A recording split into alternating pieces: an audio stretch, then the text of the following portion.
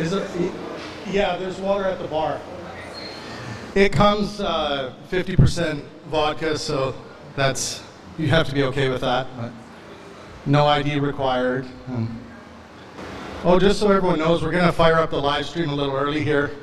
Just shoot the shit a bit. I'll just sit here as the comedic relief, cut to frame while Steven's doing something more important. What's that? This one? It is, yeah. We had to cut off tickets, unfortunately, and there were like probably 100 people who couldn't attend because of the venue change. I'm not bitter. Are you bitter? Are we live? Are we live? Yeah, thank you. Well, All right, what's up? What's up, what's up? We decided to go live a little early here. Welcome, everyone. Well, what's on your mind, Stephen? I'm just trying to bring up my YouTube channel. What, Wait, hold on. Oh, that's so good. We work out the glitches right now. Somebody said audio doubled. Audio doubling.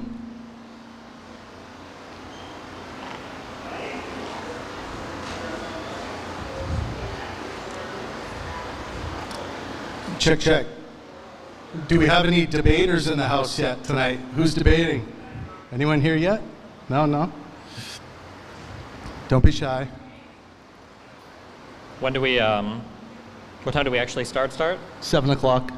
Jeez. Oh, okay. Yeah. Okay. Oh, somebody said fixed. Oh, you got a shirt there, CJ. Oh, I should have switched to one. That would have been the smart thing to do. Well, it's my thing. I'm from Canada. This is an invasion.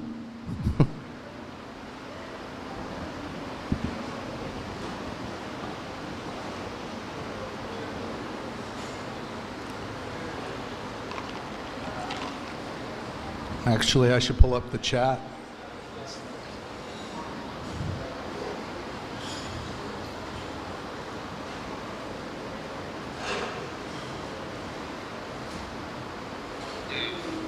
All right, echo test, 1, 2, 1, 2. How do we sound on stream?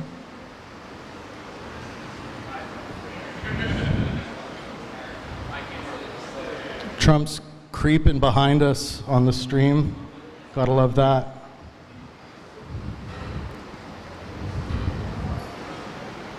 Don't take the red X literally, folks. Just part of the theater.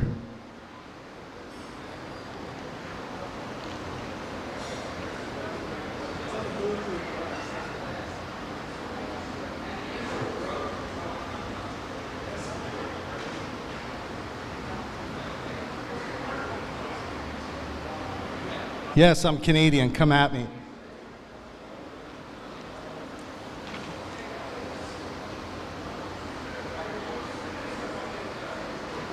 If only there were new subjects to talk about today relating to Trump. Not enough content.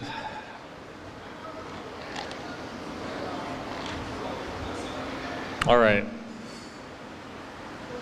Do we sound okay in chat, hopefully? Did you see yesterday? What was yesterday? I was trying to think of a meme, but yeah, no, it's just the bombs, yeah. Yeah, how do you feel about that? That was going to be my opening question. Are you supportive of Donald Trump's actions? Am I wrong? It's complicated, but I would say I don't like Iran, but also Trump is crazy, so. Yeah. I mean, it's hard to feel completely bad about bombs being dropped in a place that subjugates women, enslaves them in burlap sacks. Well, I mean. No, that's true. I think the scariest thing for anything related to military stuff in Trump is that I don't think he has like a cohesive vision for the Middle East. So I never know if there's like a next step planned in his head. It's just like from one thing to the next, you know? Does he have a next step plan for anything, though? No, I don't think so. I don't think he's ever thought one step ahead. I mean, maybe when it comes to like shit that doesn't really matter, like his golf game or something like that. He seems to take that seriously, even though he still sucks. I don't know. I know I could beat him. Yeah, we're live. How about you?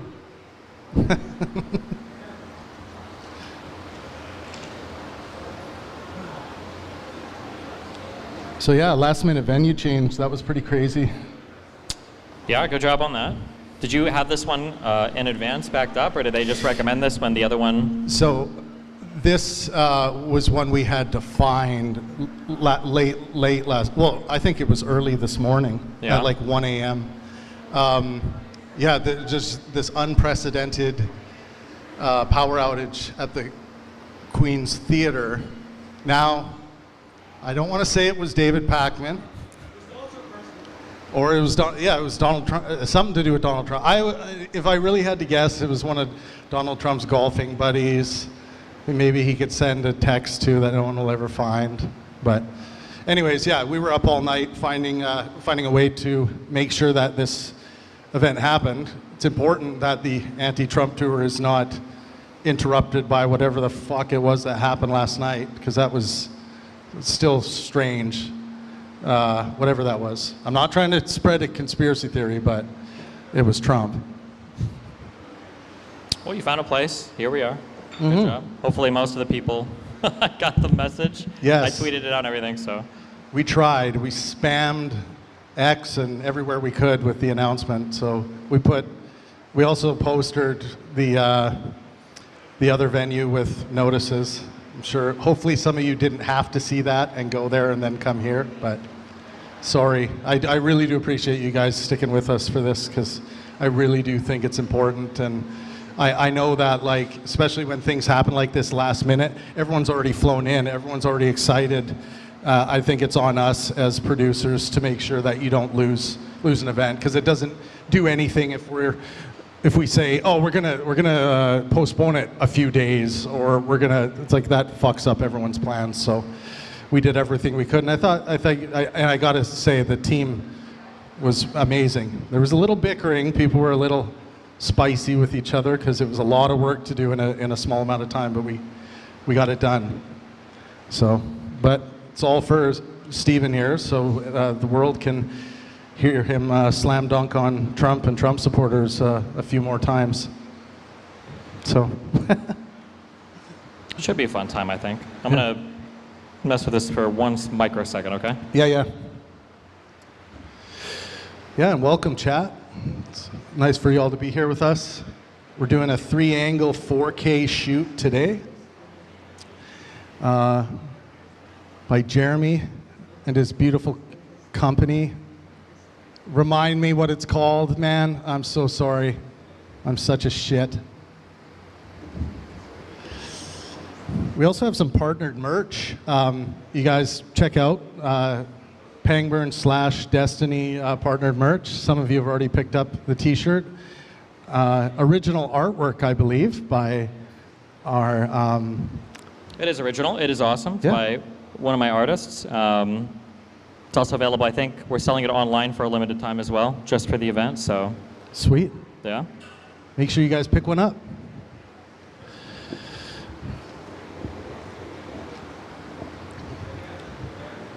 Damn, it's gonna cool off, right? I hope so, or else we're gonna all get very comfortable with each other in here, because I don't know how long I can keep this sweater on, but. How hot does it normally get in New York? Shit, I didn't know it was this hot, but I'm like, my colleague Don mentioned that it was smoking hot here, and I was like, yeah, whatever, it's New York. We've done events in January here where I literally turned into a Canadian maple popsicle. So I've experienced now the 2 extremes New York weather has to offer. But yes, hopefully it cools down.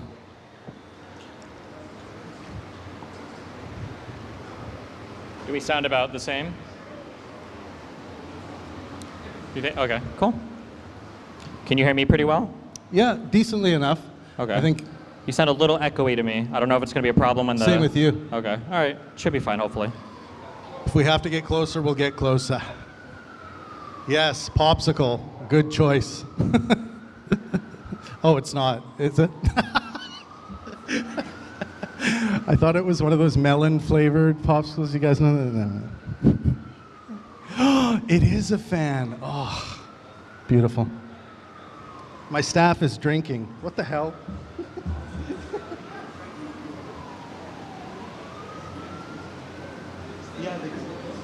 What? Thank you.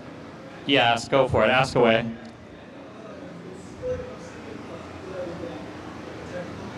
Wait, so you guys speak way louder. You feel like you're seeing what? Technical question about a simulated thing? Oh, obsidian. Yeah, sure, we do all sorts of obsidian troubleshooting here. What's up?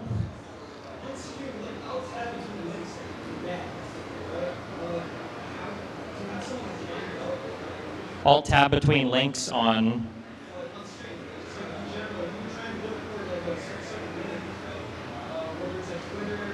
You can just push Control 1, 2, 3 on the keyboard and it goes between your tabs, right?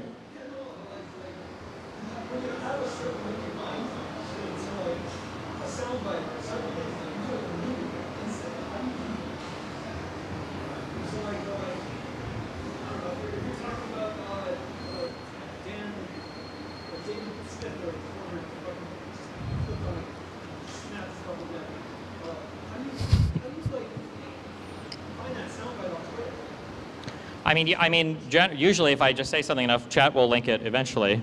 The question is like, how do I find like links fast? It's almost always going to be I say something and I wait for somebody in chat to link it. So I just have I got a room full of people.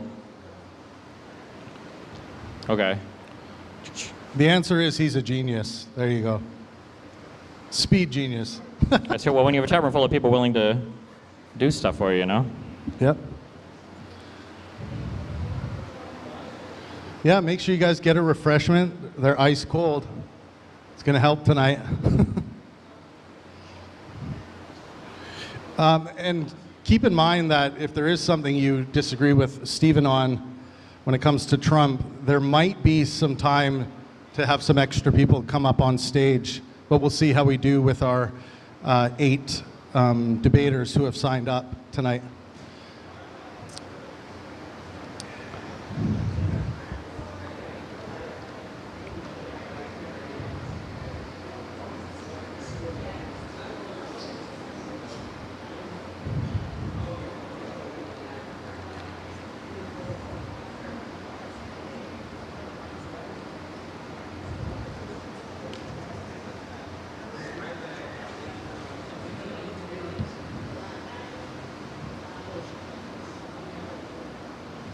Well, I really liked one of your tweets.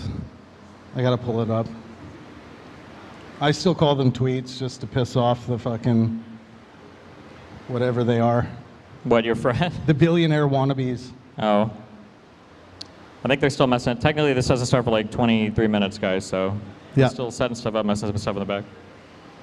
We had to do an emergency venue change because apparently the theater that we were set up at originally has a power outage that they weren't able to get back on today, so we've moved to the hottest fucking place in, I guess all of New York City is hot right now.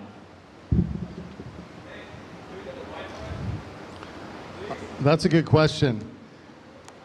Hey, Don, do you mind getting the Wi-Fi for these lovely people from James? The Wi-Fi password? Then we can all connect and LAN. So Charlie Kirk would tear his own jaw off just to get Trump's cock a few more inches down his throat. Inspiring. I agree with this tweet.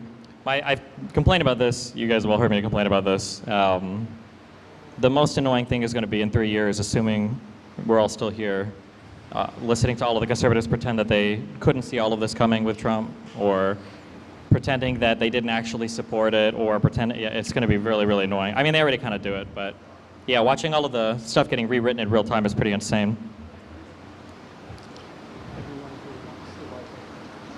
Is the audio still doubling, or is it okay for stream? What are we thinking? Maybe it's not for that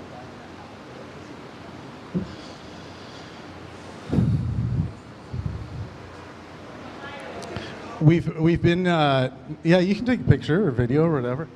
We've been notified by the venue if we get too many people on the Wi-Fi service, it's going to really fuck up the stream. We are in a pretty eclectic venue here, so. Okay, audio's great now. Nice. I don't understand. So this is not live? Correct. This is not live, Indy. I planted that person in chat just to ask that question so that I could do a pre-recorded response to it.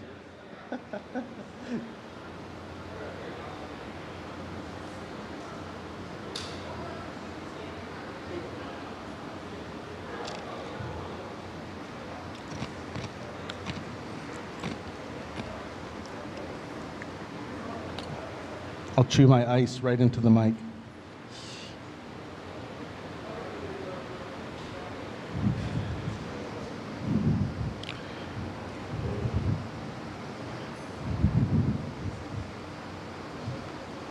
Yeah, how do you keep track of all the contradictory beliefs and behaviors of Trump supporters? Because, like, you must have a spreadsheet or something. Because I've stopped trying to be able to follow it all. I mean, I thought about at one point like keeping track, but it truly doesn't matter. It's like it just doesn't matter. They don't everything changes so fast. I probably maybe when midterms come up, if I'm like debating larger conservatives again, I'll try to track like 5 or 6 big walkbacks, I guess, because there have been several huge walkbacks. But everybody always has a way of like morphing their opinion out. Like obviously the bombing Iran stuff is kind of funny. The thing that pisses me off the most is that when people are doing politics, one of the things they do is they fight for history. They try to rewrite history so that it can fit whatever they want the current paradigm to be. And I mean, like, it used to be that people would rewrite history, 20, 30, 40 years ago, or 100 years ago, but now it's like they try to rewrite history like sometimes days ago, right, or like a couple years ago. And the frustrating thing with a lot of the Trump stuff is that the only reason, like, technically, Trump hasn't even been hypocritical, but the way that Trump and conservatives rewrote history from the first term has now made him hypocritical. So like you always heard this no new wars under Trump thing, or at least like Trump didn't get us any new wars. That's not true. Trump bombed Syria, right? That was it. Nobody talked about that. Somehow that like gets omitted. That's just one example. Trump has always been incredibly hostile towards Iran. So you look at a guy who's bombed other countries. He increased our attacks in Yemen, right? He had no problem bombing Syria, right? And then now we're in this term, and if Trump came in and you genuinely believed in the no new wars thing, and now you see him bomb Iran, it's like, oh my God, this is horrible, although they'll find a way to defend anyway. But it's like, well, actually, it's really just a continuation from Trump 1. You guys just kind of forgot or intentionally rewrote it, I guess, which is super annoying. Are they not just going to say, constantly keep saying that, no, these aren't wars. These are just like tactical, strikes. They'll find ways to rewrite it, yeah. But like when Obama like Syria was a full war that the U.S. was involved in, despite us not like really formally being involved in it, not anywhere near to the extent they say. Or things will be full wars if conservatives wanted to be full wars, they'll say it. But when Trump does it, it's not a full war. It's just like a single attack. Right. Which I mean, like personally, like I don't think that I wouldn't call like this right now a war with Iran. I mean, you can maybe say with Israel, but the reality is if you say that Israel's been at war with Iran for, I don't know, 30 years. Forever, yeah. But like conservative, if this would have been like Hillary or Obama or Biden that would have bombed Iran, they would have called it a war. It's a full-scale war that we're in now, so yeah.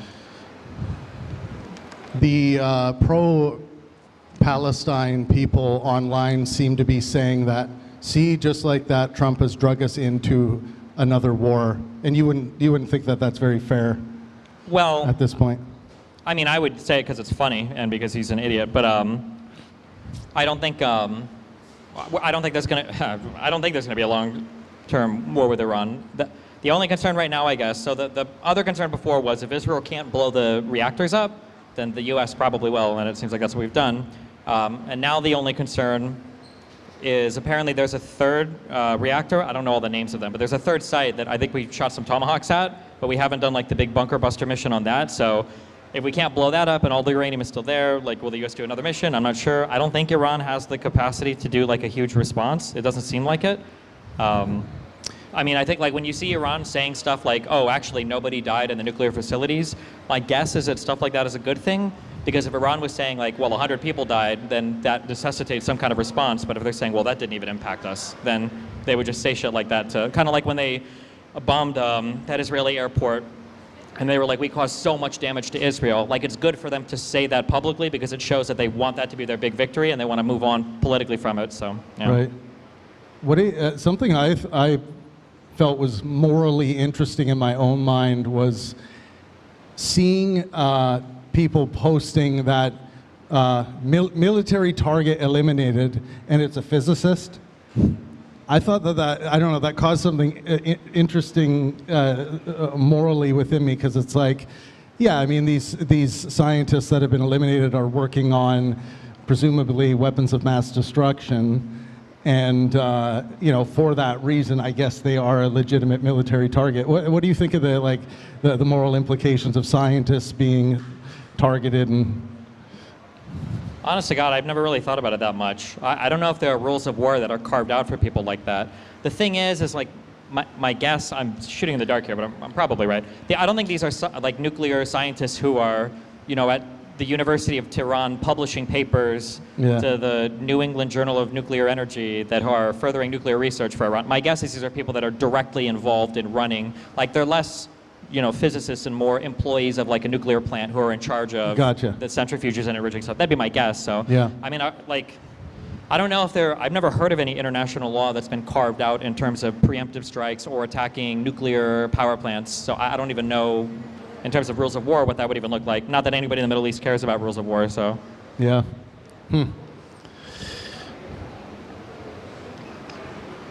What's up, everyone? Yeah. We all made it. Someone tried to cut the cord on us down at the Queen's Theater, but we outsmarted them, you see. It was Trump. Yeah, Trump did it. It wasn't David Pacman. Oh. I'm sorry. I have this vision of David Pacman going down there with like wire snips. I don't know why that's in my head. I'm sorry. If I don't respond, it's just because sometimes it's hard to hear it's a little boomy. And when you're looking away from me, I have a hard time hearing you. Oh, okay. Gotcha. I'm just hanging you out to dry, sorry. No, that's my fault. Do we have any debaters in the house yet who signed up to debate tonight? Yeah. First debater. Who else? Number 2, yeah, right on. Number 3, sweet. Some of you have code names like Mr. Wise Guy. Ooh. Is that you? No, I'm sorry. Yeah. Make sure you guys get a drink. Check out the new partnered merch, Pangburn / Destiny, in the back, original, by one of Destiny's trusted artists. And get a drink, because it is smoking hot in here. This water is now boiling.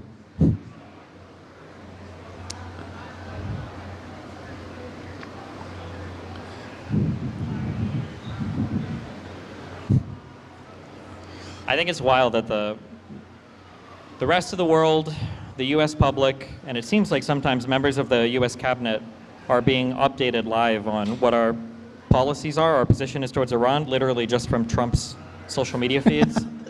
Apparently I'm reading hours after Vance goes on the Sunday shows saying that the U.S. is not interested in a regime change. Apparently Trump truths out, it's not politically correct to use the term regime change, but if the current Iranian regime is unable to make Iran great again, why wouldn't there be a regime change? Miga.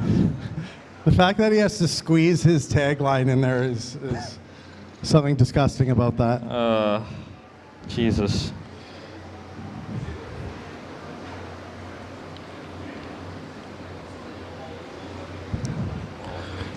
Just curious, show of hands, how many of you, and don't be afraid to be honest, how many of you are in support of the United States dropping bombs in Iran recently? Anyone? Yeah, we got a so-so. We got some support back there. Yep, we got support. Okay, and how many of you just don't give a fuck? We got 1, 2, 3, 4, don't give a fuck. And how many of you hate it? I hate it. Okay. Why do you hate it? It just doesn't work. It doesn't work. Okay, so the United States, Biden,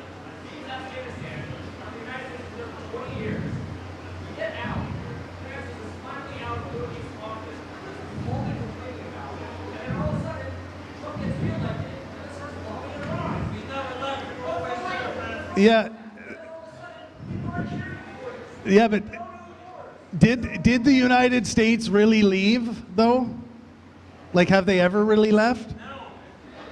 You want to work, Iraq doesn't work, Afghanistan doesn't work, they just don't work. But we keep on staying there, we're raising our tax dollars, we're dying, and conservatives are like, whoa, yeah, let's go, let's. Well, I'm going to be calling you up on stage tonight because you got a lot to say, so we got to hear from you. Hell yeah, right? Right? Are you guys at home? Can you hear the audience asking questions, or I'm not sure if they can hear him or not? No, unfortunately I not. see we got a lot of. Wait a second. How many Vosh fans do we have in here tonight? All right, 3 or 4. All right, okay.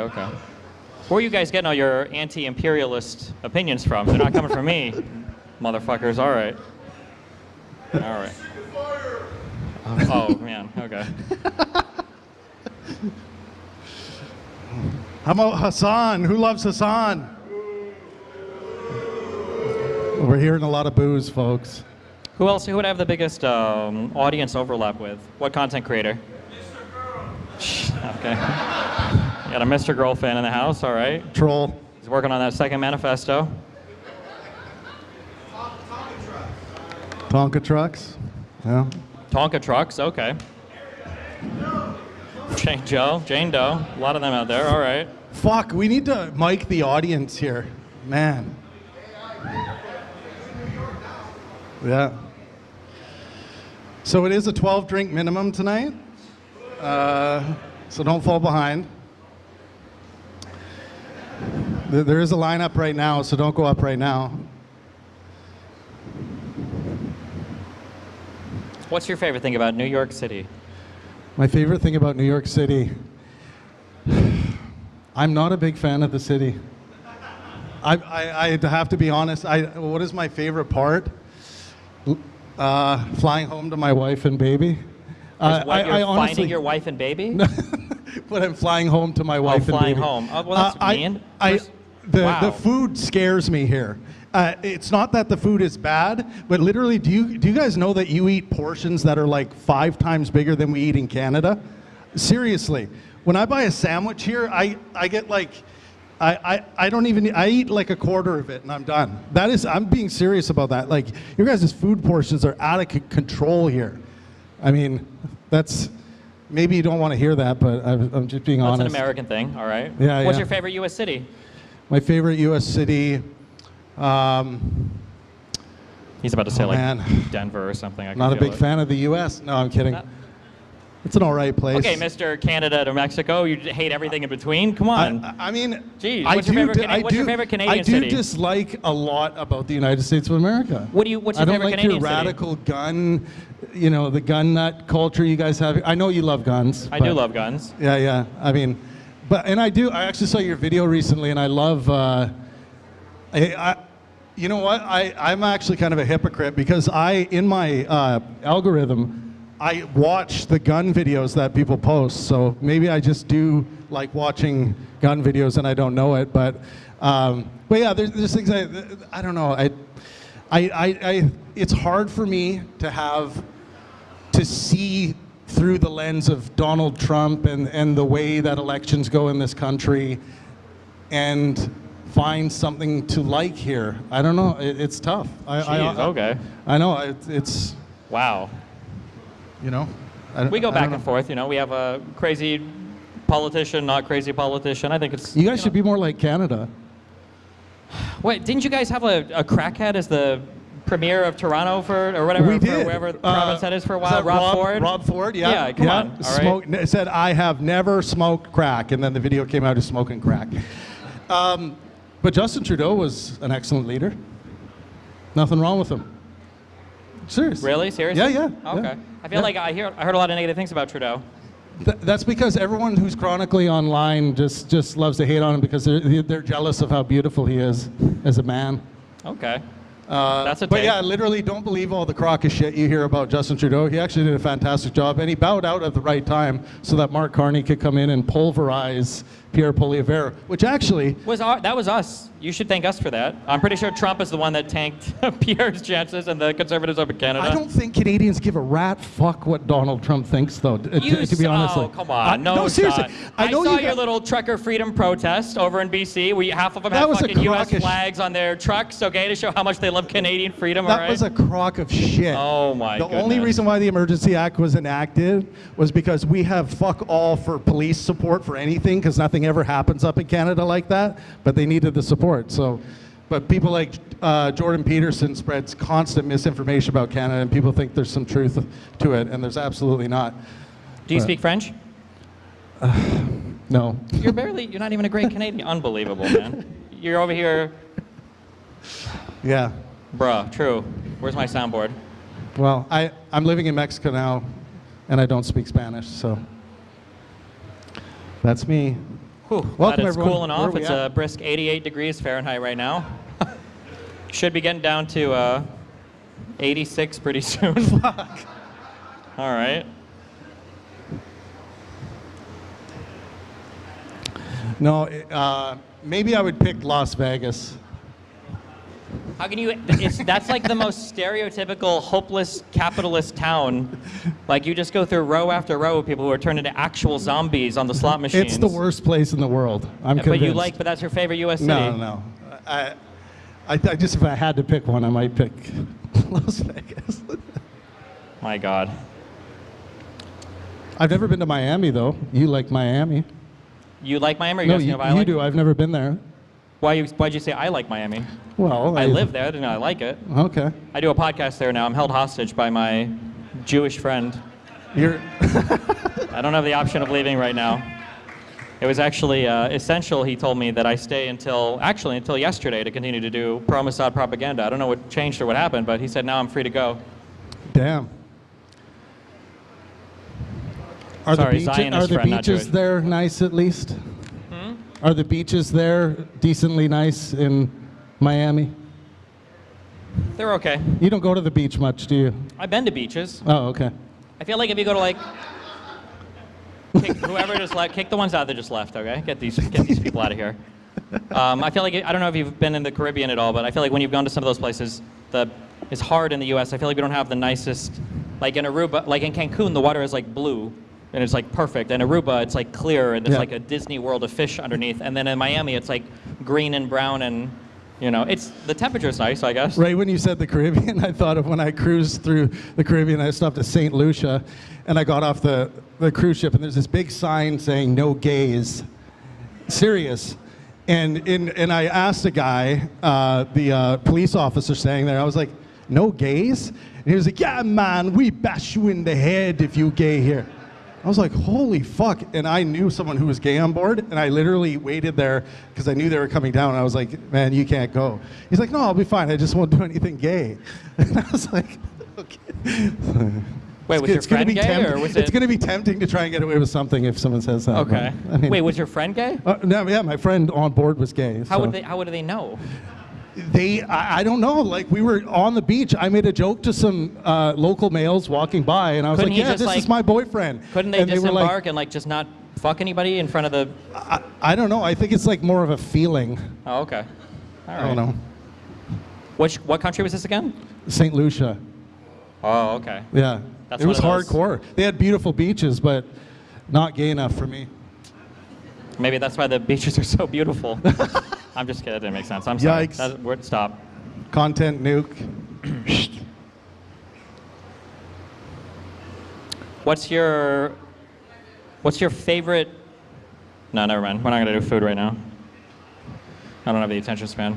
Or I don't have the. I'll get too triggered. 2 minutes till we get started. Wait, I'm curious. hell How many yeah. people here are from like New York City? Okay. That wasn't as many as I thought. Well, there was like 80% of them. Was it? Yeah. Wait, raise your hand again if you're from New York City. Oh, yeah. Yeah. Wait, how many of you live in the Bronx? Yeah. There we go. I knew that Annalisa Arc was worth it.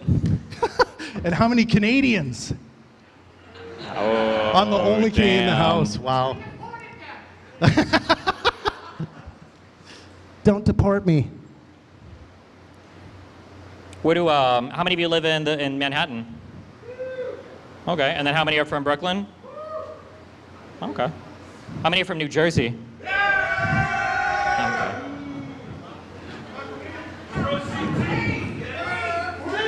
Queens. Who's from Queens? Do you know that in New Jersey, it's illegal to pump your own gas? Did you know that? Are you fucking serious? That's not even a joke. Oh, I hate this place. It sounds like I'm trolling, but when you drive there, because for New Jersey, you know how Jordan Peterson says that, like, we don't know what to do in society for people that have less than 75 IQ because the military can't employ them? In New Jersey, they pump your gas, so it's illegal. It's actually illegal in New Jersey to pump your gas. You pull up and the guy does, and you have to tip him and everything. Come on, this is honest work.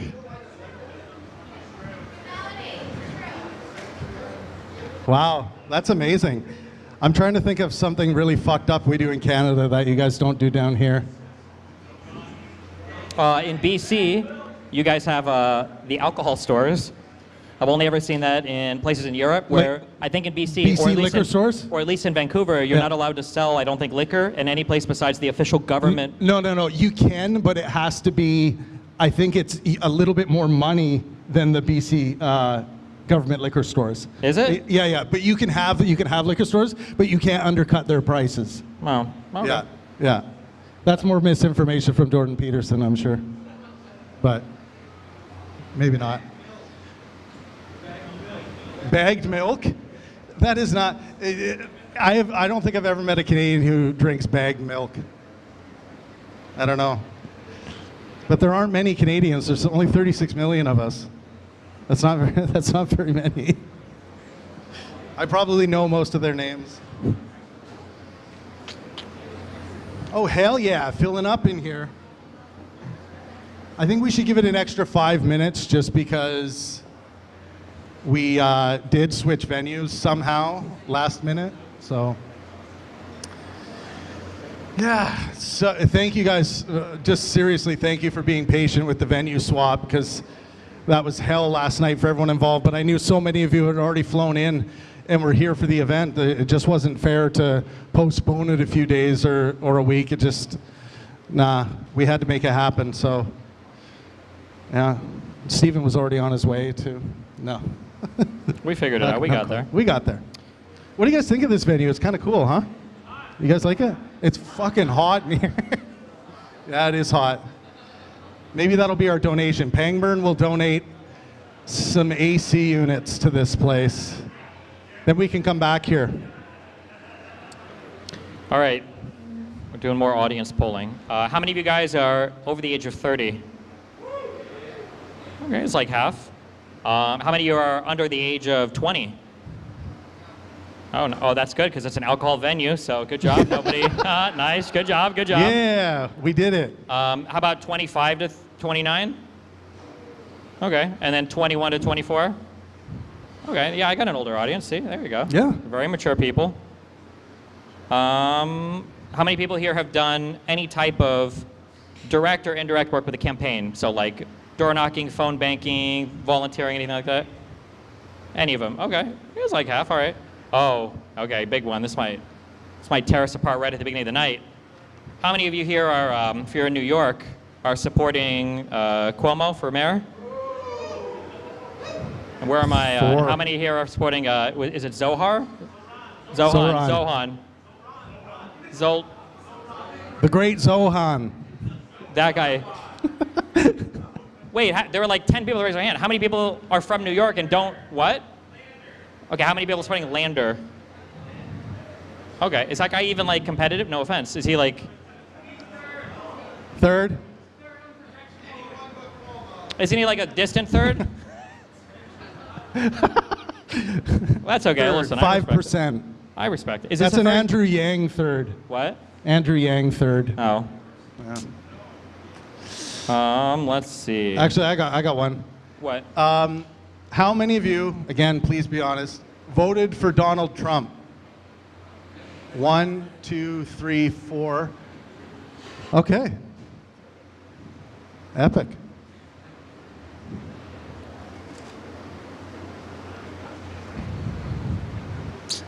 How many of you watch? Okay, now that we have more people in here, I'm asking a couple from earlier. I'm just curious. And it can be for any reason, all right? I'm not going to hold it against you. I'm curious, how many people in here watch Hassan? Ever? Really?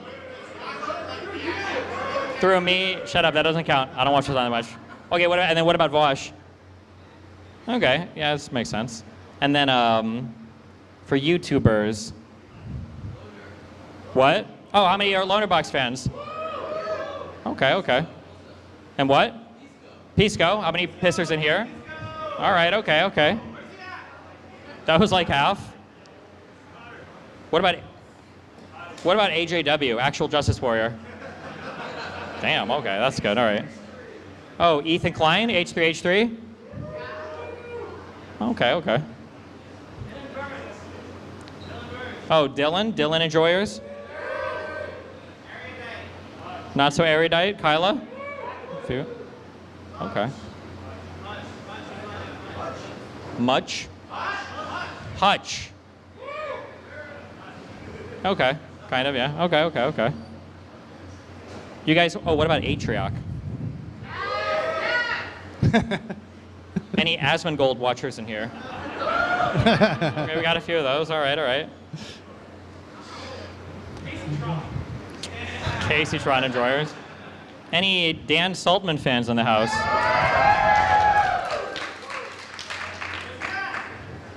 Undeserved. Well, I think we're ready to rock and roll if you're ready. Yeah, I'm ready when you are, yeah. So first of all, how many of you were able to watch the video of Stephen's performance in Detroit for the first anti-Trump tour date? Did you guys see it? Yeah? Did you guys enjoy it? Well, we're going to do the same format here tonight. We might have time for some people who haven't signed up to debate to take the stage and to debate a topic with Stephen. But we are going to start with those who bought a debate ticket online. We should have 9 debaters in the house, but we'll see who showed up and who didn't. But yeah, welcome everyone. Like I was just mentioning, I am Canadian, and I do feel like this is kind of me trying to invade the United States to some degree right now and fight Trumpism. And that's what this tour is all about. And I think the greatest warrior I can bring onto the team to be in the front lines fighting is Stephen Bonnell, Destiny, right? Yeah. So I just want to get right into the debates here. So I want to bring up first someone who said their reason for voting for Trump was that Trump was one of the few people that has genuinely been able to change and make an impact in the American government. For example, the vaccines for COVID. He knows how to respect his base. Please welcome to the stage, Tristan Zapp. Tristan, you're up. Okay, buddy.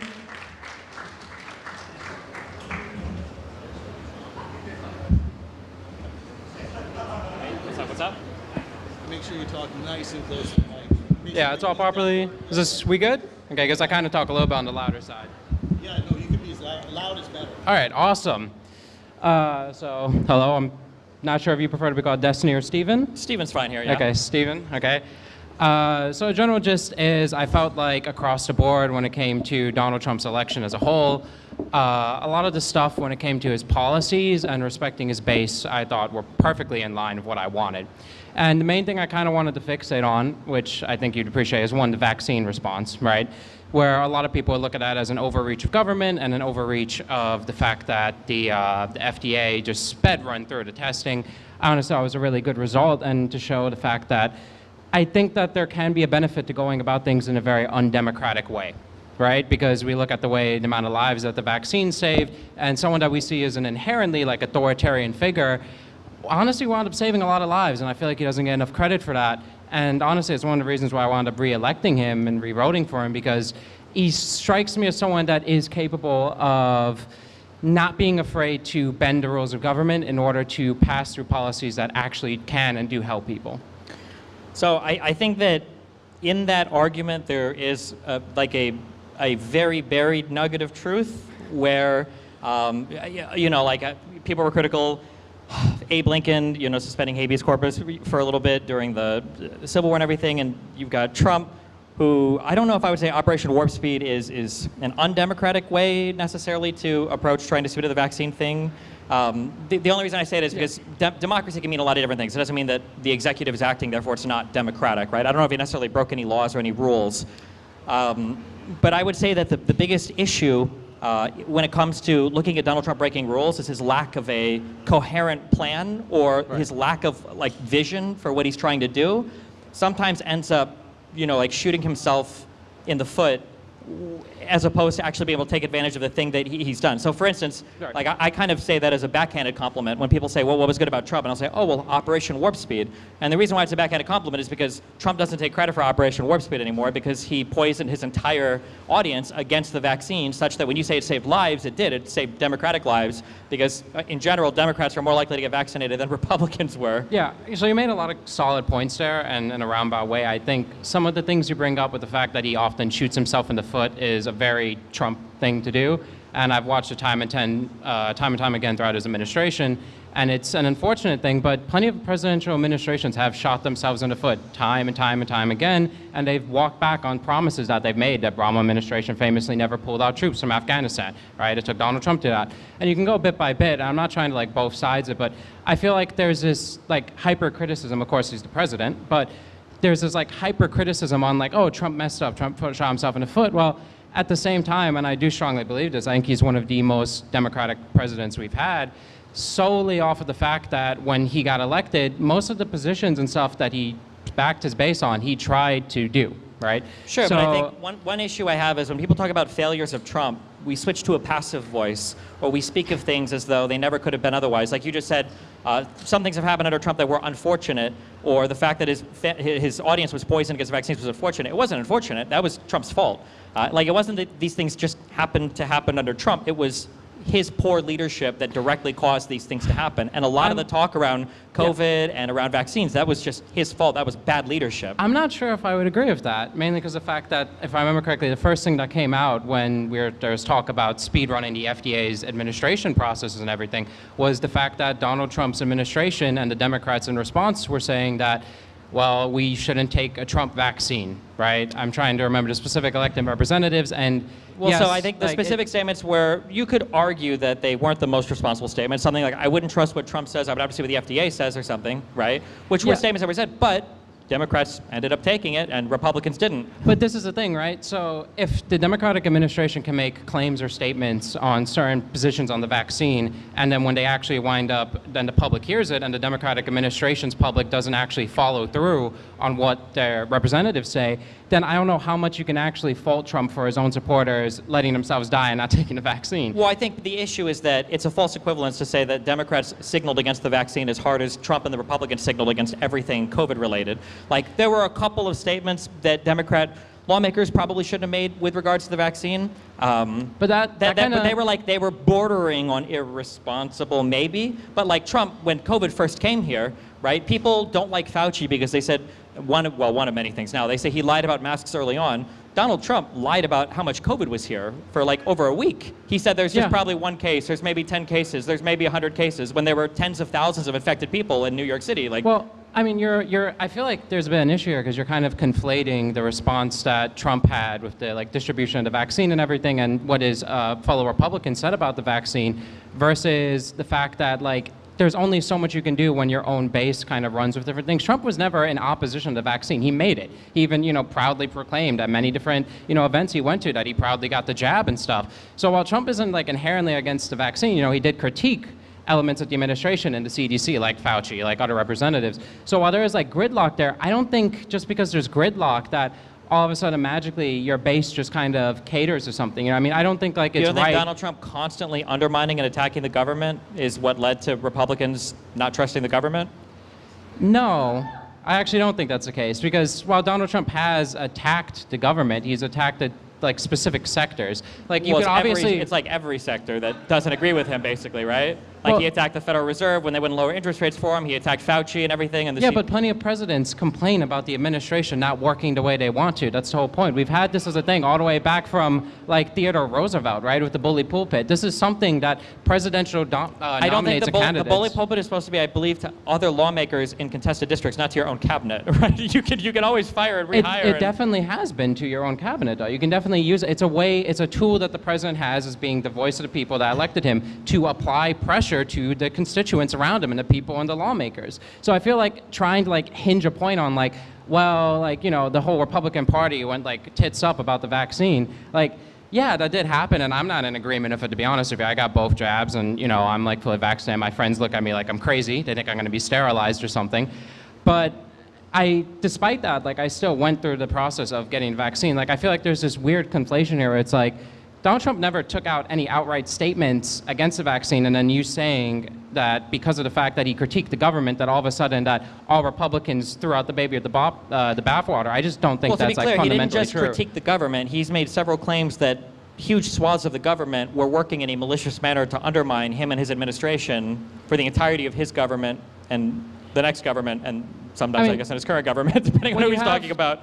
When the economy's struggling, right? And of course, I'm not saying I'm pro or against the lockdowns that happen, but when the economy is like struggling and you see a political moment to hinder your economy even more and make the current administration look even bad by further locking down, right? By further enforcing job mandates, by further enforcing like, oh, it does kind of strike me in some way that while yes, you can say that the Democrats are trying to adjust and fix, you know, and do a proper response to Trump's administration, at the end of the day, they still hurt the economy very heavily, and they hurt a lot of people by doing those lockdowns. And Well, wouldn't we say, didn't COVID hurt the economy? I mean, if the lockdowns and everything are a response to a worldwide pandemic, I mean, is it fair to blame the people who locked down on that? Like, I mean, there are plenty of countries that decided not to. I mean, like I'm saying, the lockdown question as a whole is a very difficult thing. I think most people would agree with that here. sure. Also, But- I would say most countries did do versions of lockdowns, right? Yeah, to some degree in differing levels. I Yeah. won't disagree with that. But what I'm saying is like Well, when... because your last statement made it sound like Democrats did lockdowns intentionally just to hurt the economy with the hopes that it would damage Trump.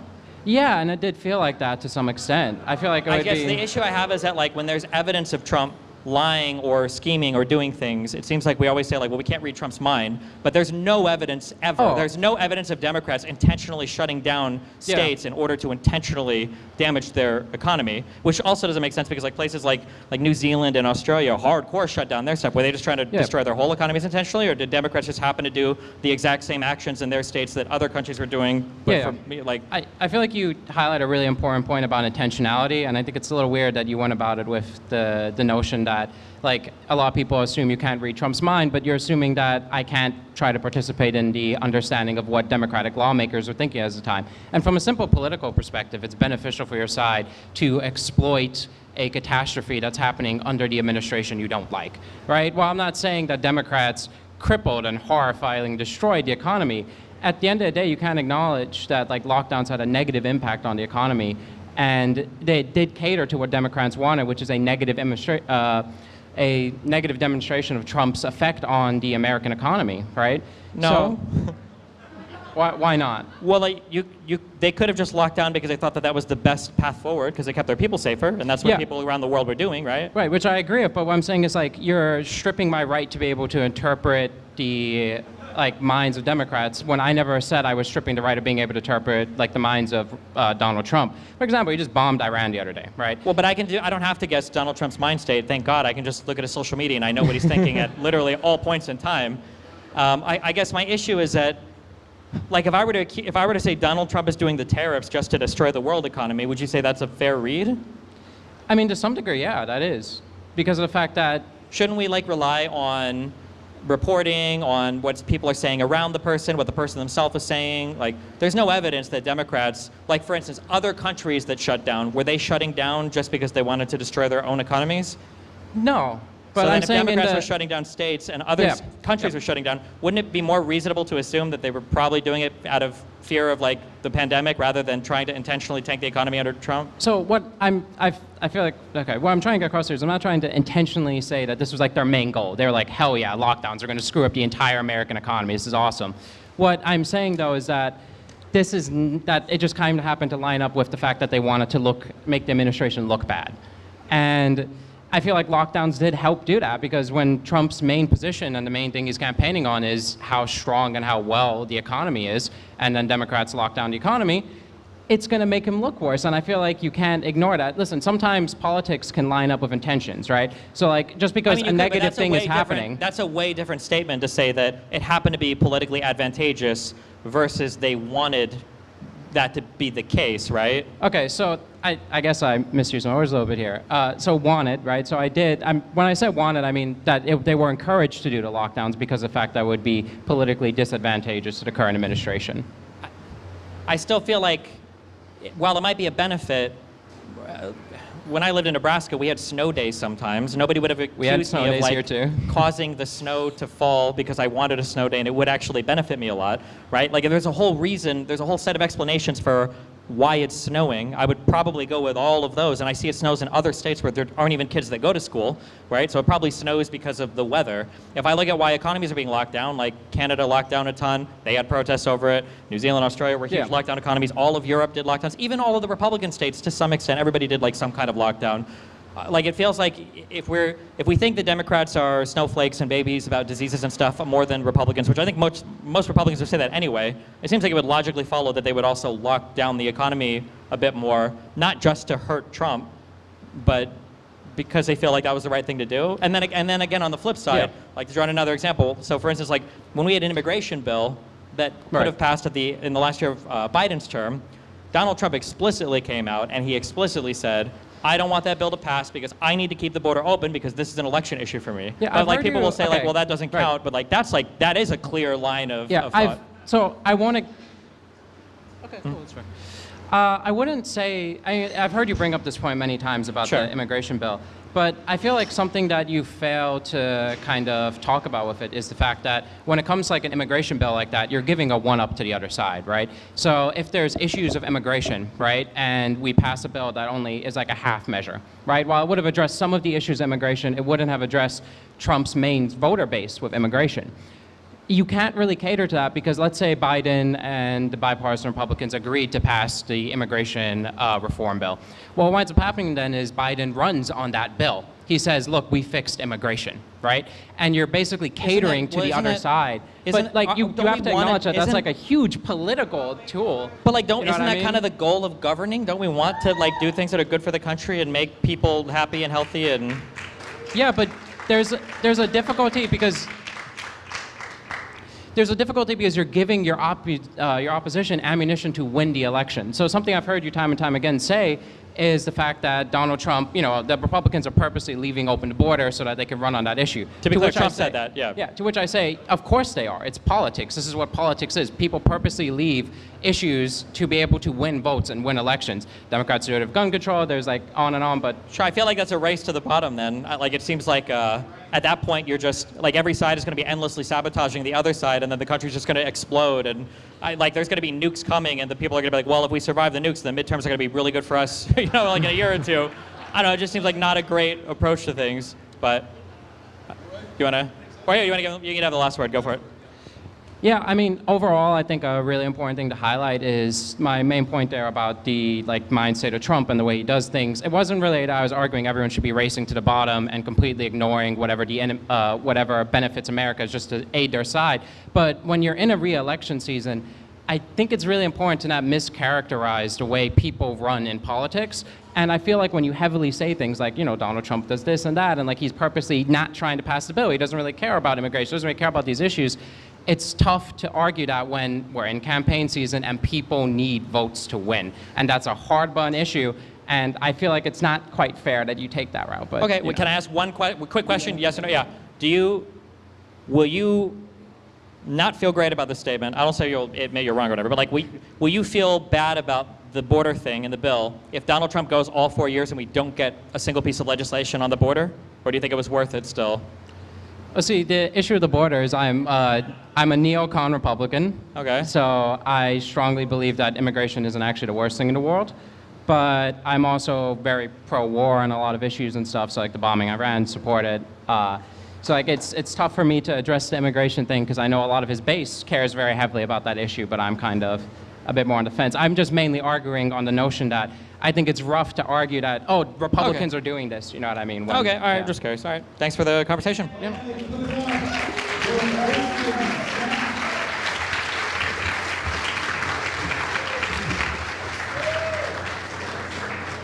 All right, next up,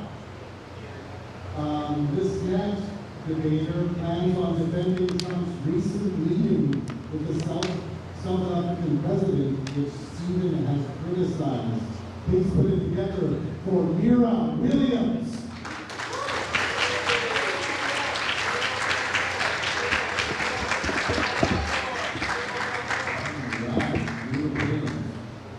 Those of you who are watching on YouTube, make sure you go over and subscribe to Cambridge. We would love to have you over there. Ooh.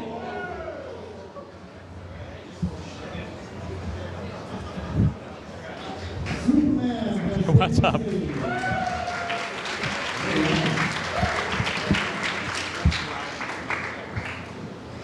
Oof, we're only 30 minutes in and we already activated the first trap, so okay. All right. I'm going to use my phone for notes. Yeah, no That's all problem. right. All right. So recently, Trump had a meeting with the South African president, Cyril Ramaphosa. He brought up the issues being faced by white people in South Africa. You reviewed this meeting. You were very critical of it. While I will acknowledge that Trump did say things during the meeting that were untrue, and that white genocide is hyperbolic and untrue, it was still a good thing that Trump brought up the topic of the struggles of white people in South Africa wanting to seek refuge in America because they do have valid concerns. So I have 3 or 4 main arguments. The first one has to do with a party called the EFF, the Economic Freedom Fighters. Sure, so just as a quick thing, the big issue I'm going to have with this isn't going to come down to the particular arguments relating to what white people in South Africa might face. I think my big criticism for that meeting, and the thing that I feel like is going to undermine the arguments you have, is that if it was the fact that white people in South Africa were facing a threat related to racial stuff, related to maybe white genocide is hyperbolic, but whatever, I would argue that the way that Donald Trump approached that meeting just guarantees that this issue will never be taken seriously, and that whatever opportunity he had to take it a little bit seriously was completely ejected when he sat there like he was looking at brain rot memes for 20 minutes with the South African president like awkwardly looking back and forth between them. Okay, I don't agree. I mean, I understand what you're saying, that the way Trump does things is a lot of times is awkward and goofy and people really don't like it. Wait, hold on, let me just, I wouldn't say awkward and goofy. Oh, sure, That's sure. how I would describe like hiring an incompetent clown for a 4-year-old's birthday party. I would say it's unprofessional, it's lacking leadership. I would say it's detrimental to U.S. domestic and foreign interest. Okay. And I would say it's deeply embarrassing for how we're viewed around the world. It's not just a joke, it's like, it's really bad, I think, yeah. Sure. Okay, for this specific meeting, there were things that he said were untrue, but it was a good thing. They have genuine concerns, and it was a good thing that he brought attention to it in the way that he did, because it got a lot of attention and notice, and it's starting a conversation about it. And while he said some things were untrue, some of the things were true in that, like he talked about the white crosses. Those weren't grave sites, but they were a protest against farm murders, which is a real problem there. And he did show, like my first main point is the video he showed of the people, it's the Economic Freedom Fighters. It's a political party that they routinely chant, kill the Boer, which is white South Africans, kill the farmer. They've done this for years, and they've done it as recently as last month. They make up about 10% of the voting bloc, and like if there was an American party that routinely chanted kill race whatever, we wouldn't be okay with that and just brush it aside as a non-issue. So I mean, I won't make any parallels to MAGA right now, because that would be mean. But I guess the issue, I mean, we invoked the Alien Enemies Act to deport Venezuelans under the guise that we're at war with a country because of a gang that exists there. That's kind of crazy, I think, right? Deportation is not the same as chanting for the murder of people. That's true. I would argue deporting somebody to like an actual like hostile prison is worse than just a chant. Like if we did do that, like we started to deport people to El Salvador. I think that's really bad, right? Like, but so this is again. I'm going to reiterate this point. What you just brought up, I don't know anything about that. I might have, though, if Trump would have used that meeting as an opportunity to actually bring that up and actually address it, rather than showing what seemed to be like an actual Twitter highlights compilation. It's a real video. The video he showed is a real video of a real political. They're the fourth largest political party in South Africa. Yeah, I understand, but it's the president And of the he showed United videos States. of farm murders protesting a real issue. Yes, but you wouldn't can it take have issue with, okay, there was one photo he showed that was from the Congo, and they weren't technically grave sites, and the guy... Wouldn't it be better to have like an actual professional conversation about that? Rather You can than, always say, how could we have improved the situation? But the point is, he brought attention to the issue, and Did it's he a real though? issue. Like, yes, who's- I'm talking about it now with you, and it's brought up the national Yeah, but conversation. no There's more lawmaker- videos on YouTube about it. There's, I mean, this people have been conversation. talking about this issue for like a decade for South Africa, right? Yeah, it's been an issue, but I think people are talking about it more now since the meeting. Okay, I would be surprised if anything of substance came out with regards to South Africa. It felt to me, I don't know your feeling on it, but it felt to me like it was a big pet project for Elon, and I think he kind of pushed it onto Trump. I don't know if Trump himself cares about it that much. I would be shocked if he... I'm sure Elon feels personally connected because he's from South Africa. Yeah, like but- I'm sure Elon does. I'm willing to bet that Trump thinks that South Africa just means like the southern part of Africa. He doesn't even know that's a country. That'd be my guess. But I don't see. Do you realistically think in the next few years, do you think the United States is going to make any headway there in terms of pressuring South Africa or using any kind of soft power or whatever to get them to alleviate whatever issue this is? Or do you think Trump will talk about it a single time for the rest of the 3 years he's in office? I don't know what he's going to do, but Okay, but like, isn't that disappointing? Like, No, you don't even know? I'm making a simple argument. Sure. My simple argument is that it was good that he brought it up during the meeting. You can hypothesize about what he's going to do in the future, what he will or will not do. I'm saying it was a good thing that he brought attention to the issue during this meeting. I have a bunch of reasons to say why. Sure. I'm dying to say some of them. But you just I keep mean, saying, I don't like the way he did the meeting. And I acknowledge your issues with the way he did the meeting, but I'm just saying there's real issues here. I'm And sure there are we real should be issues, talking about it. but like we can relate this to Iran. I don't want Iran to have nuclear weapons. I actually fully support any strikes on Iranian nuclear facilities. But having Donald Trump do it, who doesn't have like a cohesive vision or plan for the Middle East, and then having him explain it, worries me that there will be like a chilling effect on that type of conversation, or that any military action that we do in the Middle East is going to be viewed in such a negative lens because of the way that he's approaching it, because of the way he's spoken about it. Like, it sucks, but optics, when you're the leader of a country and people listen to the words you say, I think are really important. And the idea of kind of squandering the opportunity to bring up a really important issue, like, again, you're not even sure if the president would even bring this up again, and I think that's deeply troubling if it's an issue that we care about, you know? Okay. I feel like we're having two different conversations, okay? I'm trying to make one argument, and then you're saying, well, these other things that aren't. Like, do you acknowledge that white people face an issue in South Africa, and they may have a legitimate claim to refugee status in America? Or do you still refer to it as like a neo-Nazi conspiracy theory? Well, I think that I was close friends with some people who believe that were neo-Nazis. I don't know to the extent that there is legitimately white hunting issue with farmers in South Africa that's based around like repatriation of land that black people feel was stolen from them. That might be a real issue. It might not be. I'm kind of agnostic on it. I lean a little bit on that. I feel like it's a little bit exaggerated by the neo-Nazi people, but I doubt it's a totally fictitious issue. But all I'm saying is, however real that issue is, we're never going to talk about it again in the U.S. because Trump doesn't know anything about it, and the little How do opportunity. you know that? You're just saying, oh, we're never going to talk about it again. Nothing's ever going to be done.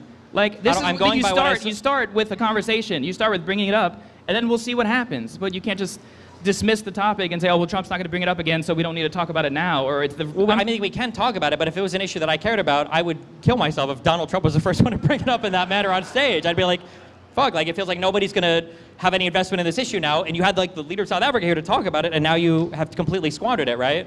Like, I guess I wouldn't compare it maybe to the Zelensky talk, but like that's another conversation where it's like it's such a bombed convo that regardless of how you felt about it, any opportunity it feels to have any awareness brought on that issue is just completely squandered because of the way that Trump conducts himself. I understand that your conversation, and I'm not trying to deprive you of the notes that you took. I got a lot of notes. I'm dying to say some of them. If you want to, go through a couple, no, I'm uncomfortable because I can't push back again to say any of it. But if you want to go through a couple, you can. But I think my primary argument is going to be on stage. Let me But hit some notes here. Yeah, okay? Go ahead, hit a few, go for it. Farm murder. So the EFF, I think that's a major issue. Okay. Economic freedom fighters. You got the farm attacks and farm murders.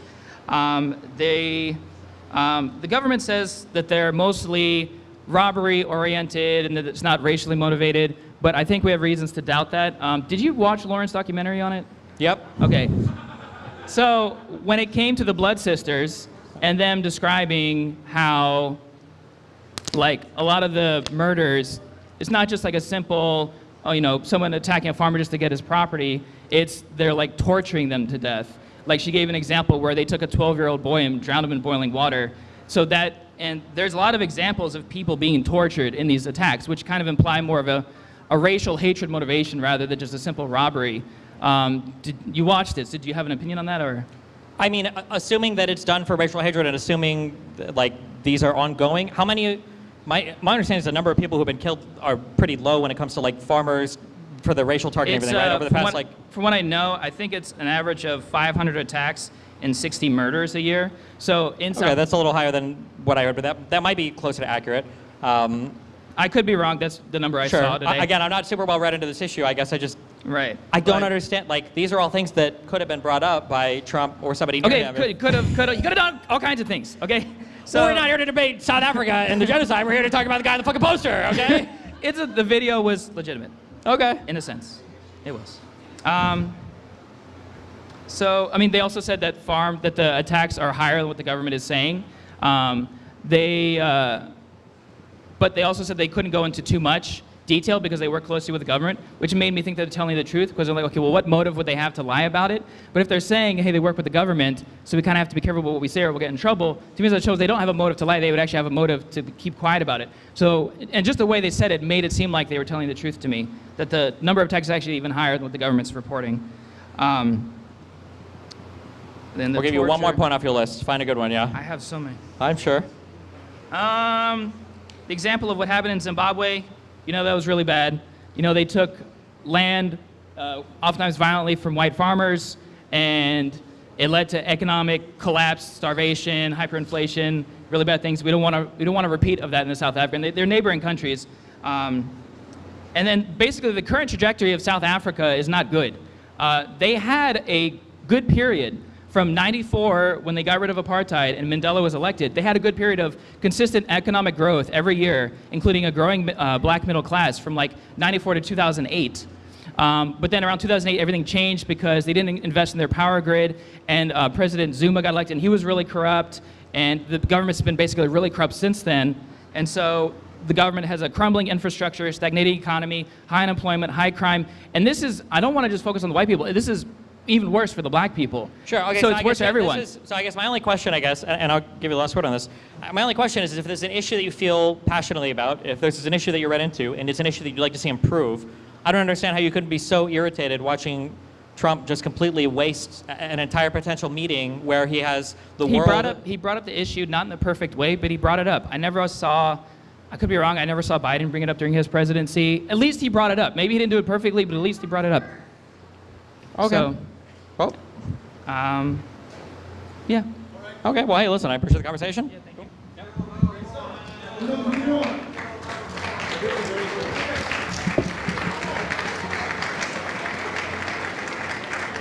I'm going to give everyone a hand when they come up, and when they fall, okay?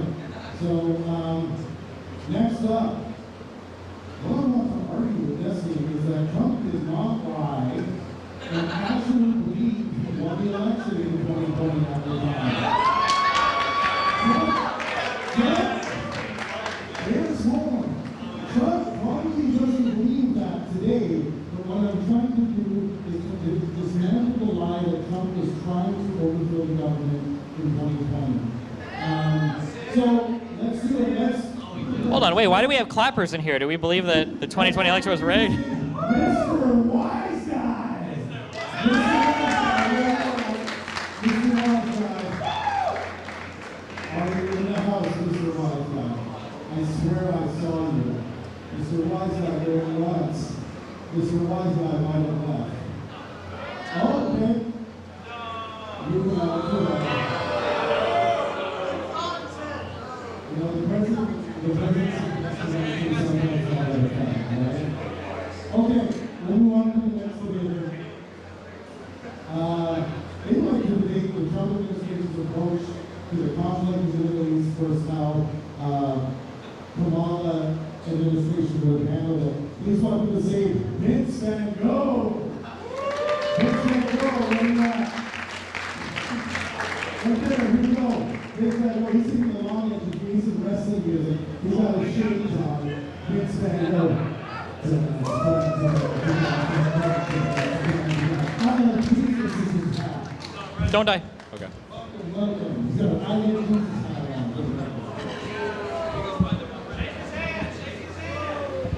Nice to meet you, Destiny. How you Hey, doing? nice to meet you, dude. Nice to meet you, dude. Hello, hello. Testing, testing. Does this sound okay? All right, let me get comfortable. So when I decided to do this debate a week ago, I was gonna take how Trump actually was anti-war, how he didn't want. Yeah, and you all know what happened last night. So my question, like, you can't defend it. And another thing too, I'm an amateur rookie content creator. Last week, I decided to get into the political sphere, and before this debate, I cracked a Red Bull, stayed up all night, and studied the Middle East and studied the Trump's administration position in it, and I realized you cannot even defend what Trump is doing in the Middle East. If it makes you feel any better, the experience that you had trying to put that argument together is how we all felt watching Biden in his last debate, so. Well, for all the other debaters in here, all the people who were pro-Trump, MAGA got scammed. We genuinely got scammed. He ran off an anti-war campaign, and that's not what happened at all. My question for you, Destiny, is are you anti-war? No. You're not anti-war in the Middle East? No. I feel like it's weird to ask somebody in a country that was born of revolution to say if we're anti-war or not, right? I think the question always has to be, what is the war? Is it justified or not? And then on what terms do we fight it, right? That's true, but would you ever go to war in the Middle East? Yourself? Me personally? Yeah. I got really big bone spurs. Isn't that what Donald Trump said? I think if someone were never to go to fight themselves, they are inherently anti-war. I think you are anti-war as well. I think you're a conscientious guy, and I don't think you want people to die, correct?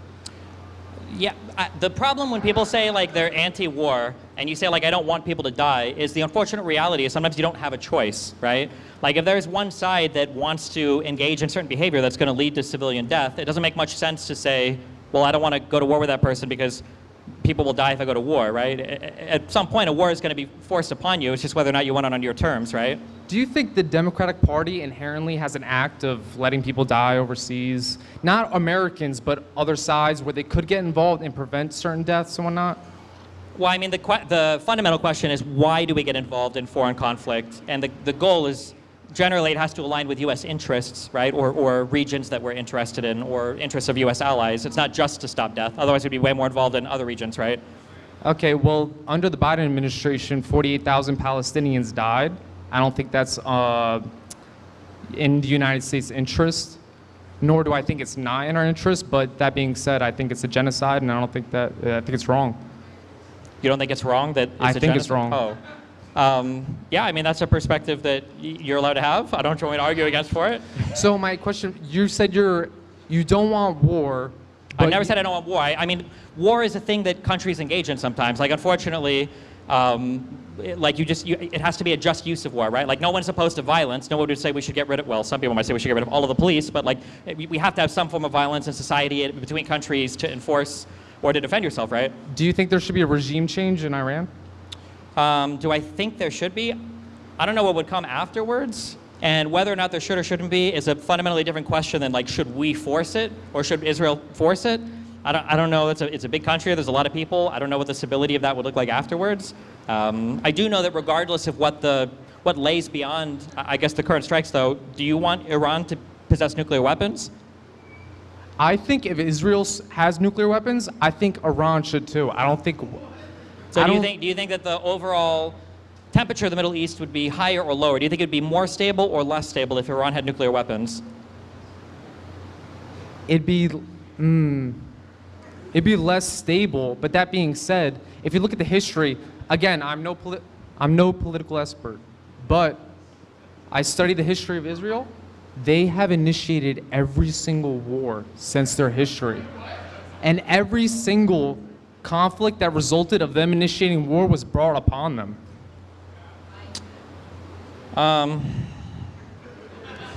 You disagree? Yeah, but I don't know do we do the whole history of Israel-Palestine, or? It's not even just Palestine. It's I mean, an easy one would be in 73. That was a surprise war launched by the Arab states, right? The Yom Kippur War in 73. There's no way you could say Israel started that one at the least, right? yeah, but they also initiated conflict with Egypt and Libya. Well, they'd been in conflict for decades, since the foundation of the country. So if you go all the way back to Israel's founding in 1948, who do you think really initiated the conflicts which created the domino effect that we are like where we are today? I don't know, God, when he created the planets and the universe? Do you believe in God though? No. Okay, So I guess the there you Big go. Bang? I don't know. I mean, even the framing of that question is very loaded. Go back to the beginning of Israel in 48. Well, why not to the Kingdom of Israel? Okay. Well, like, why- like, are what- you how do we- do you support Israel and do you support the foreign aid in which we give to them? I'd say largely, yeah. But you don't want a conflict with Iran? Because you and Donald Trump have a lot in common if you really think about it. You gotta, when you say you don't want conflict with Iran, like, no, but I mean, if you see a guy like walking to your house, and he's got like a bomb on him, and you shoot the guy in the driveway, do you say like, well, did you want conflict with the guy? He's like, no, but he was going to blow my shit up. So Okay. it's like these questions, I feel like they don't get to the root of the issue. That's why I asked earlier, would Iran with a nuclear weapon, would that be more stability for the region or less? And it seemed like you said it was less, so why would we want a scenario that is inherently less stable, especially when nuclear weapons are involved? Okay, you're right. We can go back to Israel's founding. We can go back 4,000 years to Babylon and Israel. But let's just rewind the clock a week ago.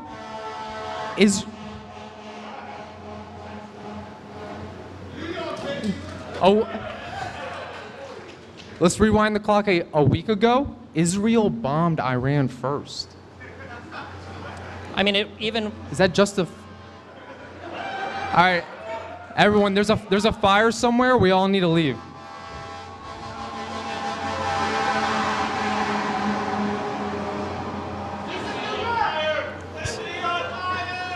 Okay, stream snipers. Okay, the conflict is not as simple as like who hit who first. I think that you have to look at more. I think you have to be a little bit more comprehensive when you look at the region. So, for instance, do you agree that Hezbollah, has been at war with Israel, and the Houthis have been shooting bombs at Israel, and that Hamas has been at war with Israel, and all of these proxies are funded by and supported by Iran, right? Yes. Okay. Yes. Yep. So if Iran has been funding these things, and then let's say, I'm simplifying this out, but let's say Iran has been funding proxies against Israel, and then Israel shoots a bomb at Iran, is it fair to say, even if it might be strictly true that Israel attacked Iran first, does that really fully encompass everything that's happened? Again, I'm very new at politics. I cracked a Red Bull and just study this stuff, stayed up all night studying it. From what I've read, though, is that you have to look at the entire Middle East as a whole. Iran is one of the only superpowers of the Middle East. If they fall, do you think Israel would continue expanding and try to conquer more land, or do you think that they'll just No, what would Israel stop conquer? exactly where they are and they won't go any further? I think they'll stop where they are. What else would they expand to? They would expand throughout the whole Middle East. Where would the next place they would go be? So from your worldview, you think Israel is only taking a complete defensive position, no offense position whatsoever in the Middle East? Offense position is a lot different than we'll conquer territory. I don't think Israel is looking to expand anymore. But they have expanded. You just said anymore, so they have expanded before. Why would they expand before if they're only taking a defensive position? They expanded before because they got attacked by every country surrounding them, and they took territory in order to secure up their defensive posture, right? One component in this equation is Israel's population has been increasing since its founding, correct? Sure. So that being said, they do have to expand, or else they will just... There's plenty of space in Israel right now for the people that live there. It's not like they're running out of space. So you think 100 years from now, they will never expand, they will have no interest in creating more territory, even though they have taken more territory in the past? Well, what did they take territory for? What was the impetus for that? To just expand. They were in war with other countries that were fighting with them. And in exchange for peace, they gave some of that land back, right? Israel had conquered the whole Sinai Peninsula. They gave it back to Egypt in exchange for a peace treaty. All right, let's talk about the peace treaty. You're talking about the Camp David Accords, correct? I think so, yeah, in 78. Okay, why do you think they took that peace treaty? Because Egypt agreed not to attack them anymore. That's it? That's the only reason why you think? What else are we? I mean, they want peace, but they don't want to be at war So, with every single surrounding for everyone country. who doesn't know here, the Camp David Accords, one of the biggest things about it is that Israel, post the Camp David Accords, they received the largest amount of funding in foreign aid from the U.S. post the Camp David Accords. The second one, you want to take a guess of which country took the second largest amount? Egypt? It was Egypt. Yeah, exactly. That's good, isn't it? They were two countries that were fighting a lot, and now they don't fight anymore, and they haven't for 50 years. Isn't that a good thing? So you think just paying off opponents of the United States, that's what prevents war? No. I mean, if they stop fighting, isn't that a good thing? I mean, what is the... It's not a good thing because we're talking about a people who... So I know a lot of people in here, they don't believe in the Bible, they don't believe in Jesus, they're not biblical. But we're talking about a conflict where these people inherently do. It's in their DNA. They teach their kids about it. They teach their grandkids about it. The Bible and Jesus. So, let me just pay them off with money, and then they'll stop fighting. How long are we supposed to support foreign wars, foreign territories, and how much money do we have to give them? The truth is, you can't give them ever enough money. That's the truth. It will always keep going on. So we have the choice in the United States either to pull out of the Middle East, completely cut ties with Israel, or continue fighting endless wars to the end of time. If you're a Trump supporter and you're upset at the fact that he completely took advantage of the MAGA movement and lied to everybody and wasn't anti-war, then this should matter to you. Okay, so let's run that down. Let's say we do that, okay? Let's say that we completely pull out of the Middle East. We have no interest there whatsoever. Saudi Arabia and Israel look to the U.S. and they say, okay, they don't want to be involved anymore, and instead they decide to become bedfellows with Russia and China. Let's say that we come to our next OPEC, oil price manipulation period or whatever, and you start to see oil prices rise, or it's just rising for the United States, or Russia, China, Middle Eastern countries, everybody that kind of controls access to the Suez is going to start cutting off U.S. shipping. What does the U.S. do at that point? Okay, so that's different completely. Whoa. I'll explain why. Explain why. Russia cut ties with Iran. Well, no, hold on. Russia's saying ties were cut with Iran temporarily, not because of Ukraine. The Middle East. That's not true. Wait, but hold on.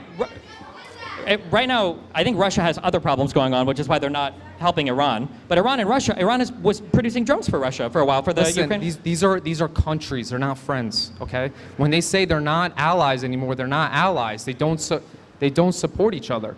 So if you're saying it goes larger than Iran and Israel, it doesn't. It might not. So if we were to pull out of the Middle East completely, what do you think happens following that? Not pull out of the Middle East completely. Cut ties with Israel. Don't support them anymore. Well, we would have to cut ties, I imagine, with like Saudi Arabia and Egypt and everybody else we too. still right? have our bases there, so it is what it is. So we would have bases in countries that we say we no longer want to have a positive relationship with, and they would be cool with the bases being there. You don't see like another. That's what's happening in Benghazi Iraq or right something. now. We have bases in Iraq, correct? We do, but I mean. We also ostensibly have like a decent relationship with this country too, as well, right? We sent them a whole bunch of money. We funded after the regime change. I don't support the regime change in No, Iran. but I'm asking you. Well, because we need to follow through with this, okay? Let's say we pull out of the Middle East, or why do you think they would allow us to keep military bases there if we're no longer going to help any of them or be friendly with any of them? Maybe we don't need them. Maybe we can just spend the money. Then let's say that we dump all the military bases there. If something comes up where they decide, well, we'd actually want to increase the cost of gas going to the USA, or we want to, we don't want to ship things through the Suez to the US anymore. Like, what do we do at that point? Where do we get most of our oil from? Right now, probably between us refining our own in Canada. Okay, in the Middle East, where do we get the most oil? The largest exporter individually, my guess is Saudi Arabia. I'm not sure. Saudi Arabia. Is Saudi Arabia involved in the Israel conflict whatsoever? Yes. Are they? How? The Saudi Arabia is incredible. There's a reason why the most thing that came out of Saudi Arabia recently was a meanly worded letter saying, we hope that you guys are careful when you bomb Iran's nuclear enrichment plants. Iran attacked Saudi Arabia. But the Abraham Accords created normalization in the Middle East. Saudi Arabia is one of the biggest countries who support that. So Saudi Arabia didn't technically join the Abraham Accords, although there might have been a path there. But the Abraham Accords is about peace with Israel, not the United States, right? No, that's between Israel and the surrounding Middle East, the Abraham Accords. And some other countries, yeah. Including Saudi Arabia. Well, Saudi Arabia wasn't a formal signatory to the Abraham Accords. But they were probably on their way to normalization. Do you think they're any threat to Israel whatsoever, Saudi Arabia? Do you think they genuinely care? Do you think they even have the power to stop Israel with their military force versus Israel's military No, force? I don't think so. But I'm not worried That's about what Israel. I'm thinking saying. about the United States. So your hypothetical doesn't mean anything. No, my hypothetical is what happens if all of these countries decide they don't want to do business with the U.S. anymore? Destiny. We don't need Israel. I'm sorry to be the one to tell you No, this. what about We OPEC? don't need it. We don't What need about them. OPEC? We don't need to go to war, guys. We don't need Israel. We don't need to have a regime change in Iran. Israel has a nuclear bomb. Iran can too. It's okay. Okay, so if that whole region was unfriendly or hostile towards the United States, you think that life would go on as normal and that wouldn't impact anything whatsoever for us? No, it would 100%. Trade wars and whatnot. But like that's listen. The Earth keeps turning. Am I wrong? Like. Okay, go. Give us our final words. Yeah. How do you feel about that? What he just asked? What did he say? Something about? No, is Nick Fuentes here? I don't think he is allowed to go to the Bronx, is he? No. He's not. No, he's not. No, he's not. Hey,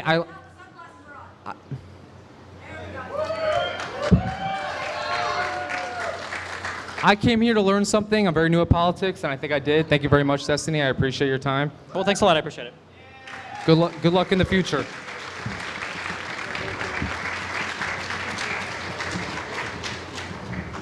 All right, now, is Corbin Sales in the house.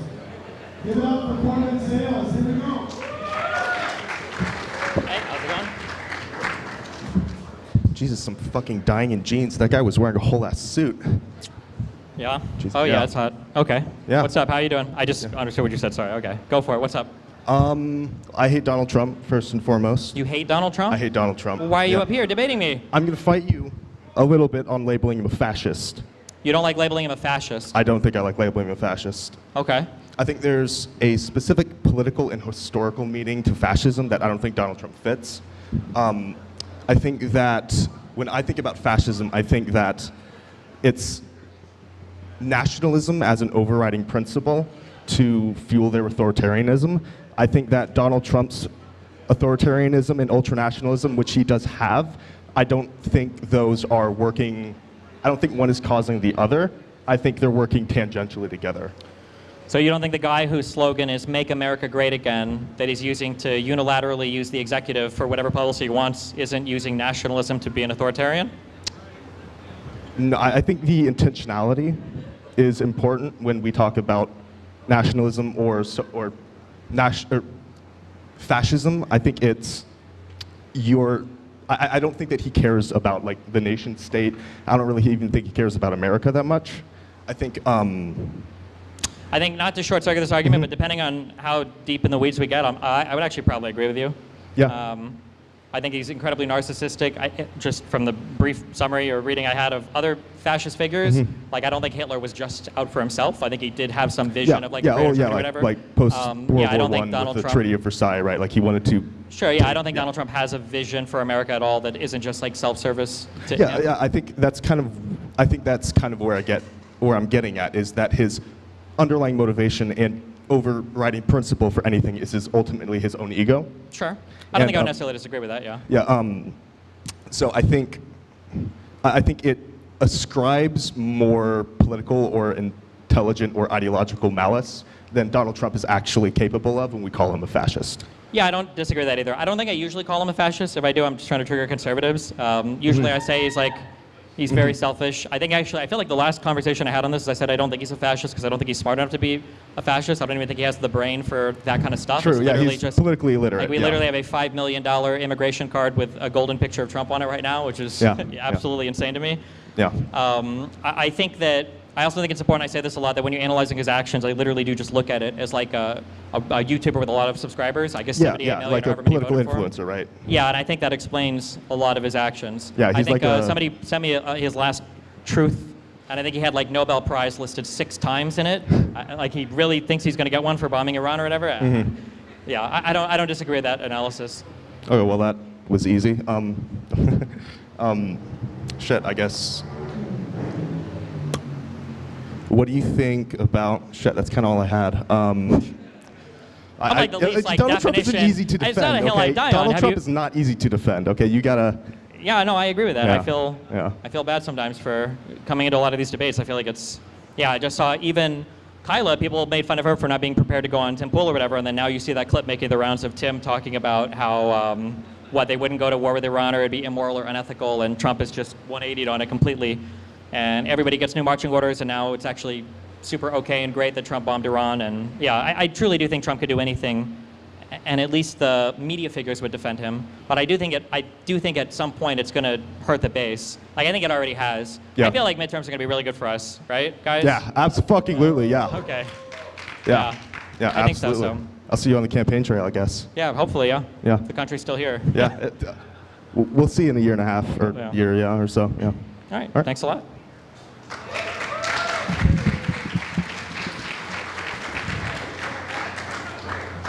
All right, now I'm going to check with the rest of our debaters in the House. Is Eric Vogel here? Eric Vogel in the House? No? What was the one guy you called before? The wise guy? Yeah, Mr. Wise Guy. Yeah, we're going to move, once we get through the debaters who signed up, we will have some opportunity to do some Q&A, okay? Maceo Crump in the House, no? What about Mark Daniels? Mark Daniels in the House? Wow. They're waiting at the other venue right now with all 6 of them. Except for, actually, I do have my own from Maceo Crump. Well, let's open up for some Q&A here. For now, and maybe some of you will feel like you have something you can disagree with Stephen on here. It is better if we can get some disagreement going on stage, but who wants an opportunity to sit on stage here with Stephen and ask a question? Let's go with this gentleman first. I'll give you a hand up.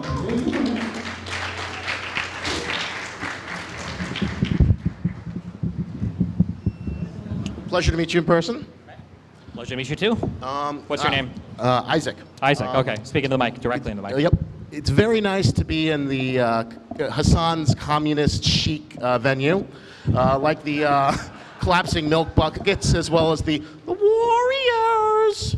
Warriors come out to play. So my Wait, are these New York references I don't get? you never seen the Warriors? Walter Hill, classic New York movie. No. They all know it. I'm sorry. I'm so sorry. I heard the one Jay-Z song though. All right, That they all so played. here's my, I agree with you in most of your political positions, but I have one big disagreement, and that's how you've been kind of treating Asmongold. Now, Uh-oh.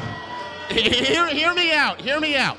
I agree that Asmongold is a dumbass. He is the dumbass roach king, and you are right to ream him apart, but he's a golden opportunity. He has fallen into his way to becoming the #1 political streamer, and it's not to tear him down, because he's susceptible to you. You could talk to him, you could convince him, because Asmongold, he doesn't give good political takes, but he has this white trash wisdom, these little nuggets that people appreciate, where he there's this one video where some guy says I wish I could be like you, I wish I could live a life of a degenerate and play video games all day. And he says, no, my life is awful. You just wish you could make more time for yourself. Enjoy your things, and then go live a real life. Don't be me. I live a miserable life. And the fact that he doesn't move in a mansion, he lives the life that most white American men wish they could have today, which is sitting around in a room, getting a constant dopamine fix of video games, movies, and videos, and getting paid hundreds of thousands of dollars so they can just always have a taco if they go out to fast food. That is the new American dream. It's not to be Brad Pitt. It's to be Asmongold and make millions of dollars sitting around with a constant fix of dopamine. That means that if you can fill that dopamine, that you could shift his opinion. You could talk to him. You don't think you could connect? You don't think that you could meet with him on Kick? Is that not impossible? I'm not 100% disagreeing with you. I think one big issue you're having right now is the only other big political commentator on Twitch was Hassan, and so Asmongold seems good in comparison, but the bar is in hell right now, okay? So I agree that Asmongold doesn't say every single thing that would be the most insane stuff to say. I do agree with that. I would never say that Asmongold is a full-on Nazi. Like, he's not like far crazy right. He's just very much bought into kind of the MAGA camp, and he stakes out very micro disagreements at points. The issue that I have, I guess, when it comes to engaging with somebody like him is that we had a lot of opportunities in the past to talk that he didn't seem interested in, and if I infinitely extend this charity to interpreting the things that he says, I don't want any of the whatever credibility I have online when it comes to political information. I don't want to extend that and use that to make excuses. Oh, for okay. something I gotta dig in a little bit there. Go, 'Cause, like, dig. That's another issue I have. Go. Like, I love your content, but like sometimes you go to edgy, bro. And the problem is when you go edgy, bro, it's funny. I enjoy it. I love edgy stuff. But that means like all the hours you put into Israel-Palestine, all the hours of research, all the shit you do that Hassan doesn't, it doesn't matter. They can just throw it away. They can dismiss you easily. That's like kind of an issue you run into. I've seen throughout your content. And so some people don't like the fact that I'm edgy. Who is a non-edgy center-left content creator that anybody has even heard of in the streaming space? Hey, the Midas touch is rising. Whatchamacallit, the pondering politics. They are milquetoast and lame. Yeah, so Midas touch is very, very, very new. But in the streaming space, like, there's a certain type of demeanor and attitude. Like, as much as people might not like it, me, Vosh, Hassan, Asmongold have a very similar-ish, like, debate bro, edgy demeanor, right? Vosh is perma banned from Twitch for talking about nuking Israel. Hassan has made comments about brave Mujahideen soldiers fucking the eye socket of a sitting U.S., I think, congressman or senator, I don't remember, Crenshaw. And then, you've got Asmongold, who's made unlimited edgy comments recently about, wearing a Pokemon trainer's outfit to go and watch illegal immigrants getting deported. The only difference, when people say that they don't like you because they're edgy, what they're really saying is, I don't think you have all of the political majority of power right now, so I don't like what you're saying that's edgy. Because when you have all the political power, you can say whatever edgy thing you want. So I don't know if me making edgy statements or not helps somebody dismiss me. I know that they might point to that, but for Asmongold, there were times before I had made any crazy edgy statements, there was the perfect opportunity for us to chat. I think he was banned from Twitch for, it was either 1 day or 3 days or a week or something, and he completely went radio silent despite kind of being in contact with DMs. I think that's intentional. I think the avoidance of the conversation is intentional. And I think sometimes people get a little bit, I don't want to say gaslit, no, I will. I'll channel my white queens. People get a little bit gaslit, okay, by some content creators who will be avoiding, and then as soon as they see one thing, they'll be like, oh, that's why I didn't talk to that person. It's like, no, motherfucker. Like, Asmongold is a very edgy content creator. Like, he has been very edgy. I'm very edgy. He's known that. He's known I've been edgy, and he said tons of very nice things about me, right, throughout the entirety of my online career. We had conversations 6 or 7 or 8 years ago. He said when I got banned on Twitch, he hopes the best for me on YouTube. He thinks it'll be good for my content. The only issue now is that he doesn't like that I'm edgy in regards to his current political disposition that is getting him 50,000 concurrent viewers and, 6 to 7 figure payouts a month, which doesn't seem to me to be like an issue with the edginess. It seems to be more an issue of audience capture, is how I feel. Well, all right, so maybe he's a little bit audience captured, but like by the same token, you've got this like DGG community, you've got this incredible army, you're like one of the most effective political streamers in terms of like getting people into seats, canvassing. Hassan almost never does that. Like, you can't, like, send some spies to, like, pressure him and, get into that Asmongold chat and Discord, say, like, oh, you should talk to Destiny. Destiny thinks this is blah, blah, blah. You don't think there's any influence you could do to, like, kind of, like, give him a carrot to come to you? I mean, I think I give carrots to people all the time. When somebody says something I agree with, I defend it, even if I hate him. I mean, I'm the only person on the internet that defended Hassan when he said that streaming was a more soul-crushing job than working fast food, just because I knew what he was trying to say. He's just incredibly inarticulate, which has been evidenced in the past multiple times. And when Asmongold makes a good point, like, I'll say, yeah, I think Asmongold has a point here. I don't disagree with him here, even if my audience is primed to disagree with either of these people. But at this point, I think that's the furthest extent I'm willing to go with. It just seems like constantly building bridges where I'm the only one laying any of the bricks, and then when I do one thing that they don't like, all of a sudden they're like, oh no, I can't do it. Like, at the end, what's the goal here, I guess, yeah. All right. Wait, you can give the last word on it. Yeah, had the pleasure, it was an absolute blast. Okay, thanks, I appreciate it. All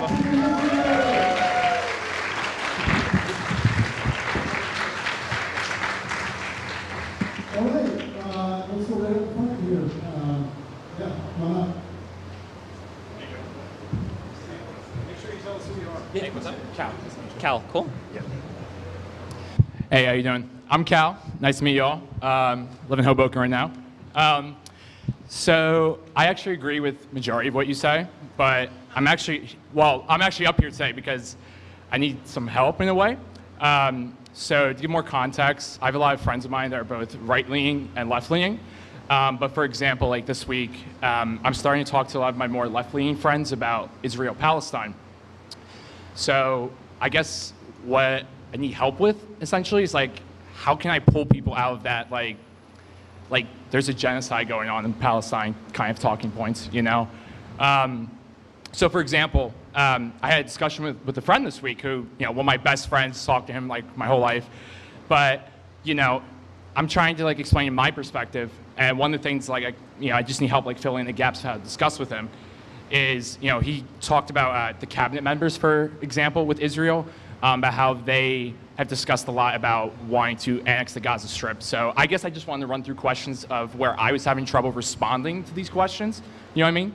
So yeah, how would you respond to what he was talking about? I mean, the two most frequently cited crazy cabinet members are Smotrich and Ben-Gvir are the two most kind of like out there guys. I mean, those people are crazy. I wouldn't defend anything that they say. I do think it's a little bit disappointing or frustrating sometimes that people are willing to take a single quote or some quotes from Israeli leaders and say this is what they're definitely going to be doing in the future. And then when you look at, we'll say like Iran or Hezbollah, and you know, they've got like slogans of like death to the Jews, death to America, whatever, and like, well, they just say that shit, they don't actually mean it. Like, it's strange the double standard that's presented there.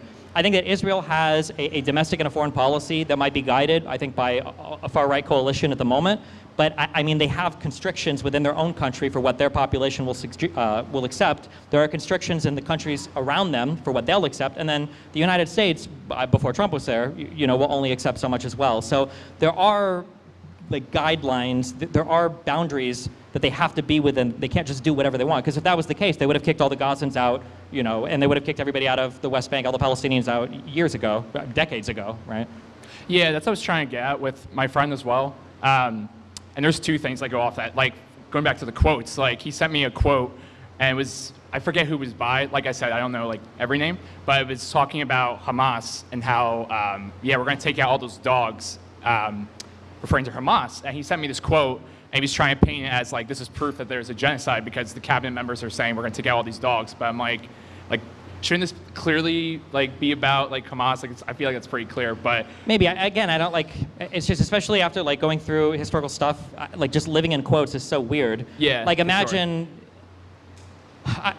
Imagine going through this time period 10 years from now and somebody reading you quotes. Like, remember when the U.S. was about to invade Greenland and Canada and Mexico and the Panama Canal because of like what Donald Trump said? Like, Donald Trump's a fucking lunatic. Yeah. Like, I don't know if I would take a single statement by him or try to like, you know, bring it back to U.S. politics. Like, if Tulsi Gabbard said something, is that indicative of what future U.S. policy is going to be? Or if Marco Rubio said something, or if Hegseth said something, it's not really. Like, the government is a huge, complicated thing. We wouldn't take their statements in and of themselves as evidence of what's going to happen. We would take them in the greater context of what all the actions are. But again, it's very easy to say, like, those statements are important statements, you know, assuming they're as bad as you say they are, but it doesn't mean that Israel is necessarily committed to that line of action. And another thing that's really, I think, worrying is that if you commit yourself to quotes like that, and then you say that this is going to happen for sure, that's their goal, you foreclose any type of reasonable negotiation or reasonable middle ground between any side, because you've basically said it's completely hopeless.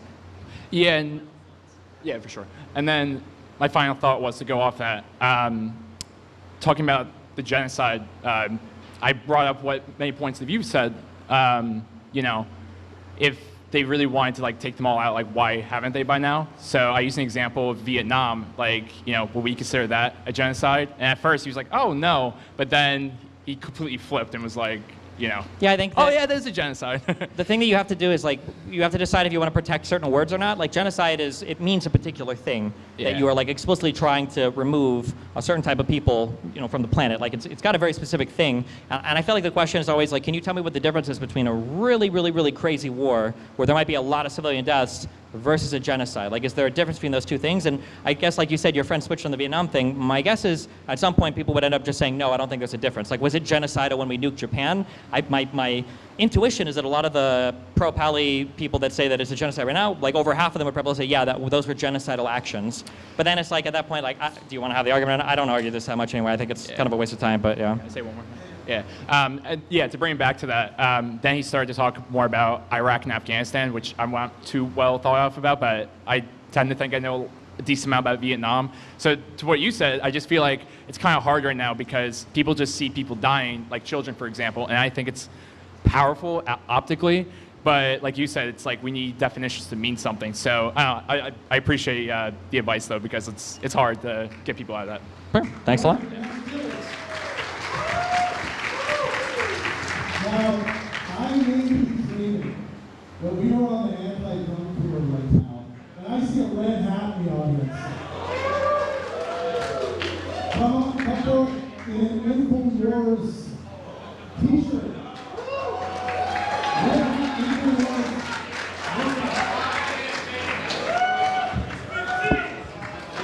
Hey, what's up? What's up? Realest news source out there, InfoWars. Realest news source out there, InfoWars and Nick Fuentes. Okay. Wait, how old are you? Just curious. I'm 18. I'm turning 19. All right. Okay. Try to speak right into the mic. All right. What do you got? Yeah, I voted. This was my first election. All right. Yeah, this was my first election I ever voted in. Not gonna lie, I feel like I should have a big "I fell for it" ribbon. But although I still want Donald Trump to put America first, and why I came to debate you is because I believe that the tariffs do put America first. Okay, so I guess the first question would be, if you believe the tariffs put America first, what do you think is the goal of the tariff plan? I think the goal is to incentivize manufacturing to come back. Okay, if the goal is to incentivize manufacturing to come back, why is Trump trying to cut deals with other countries?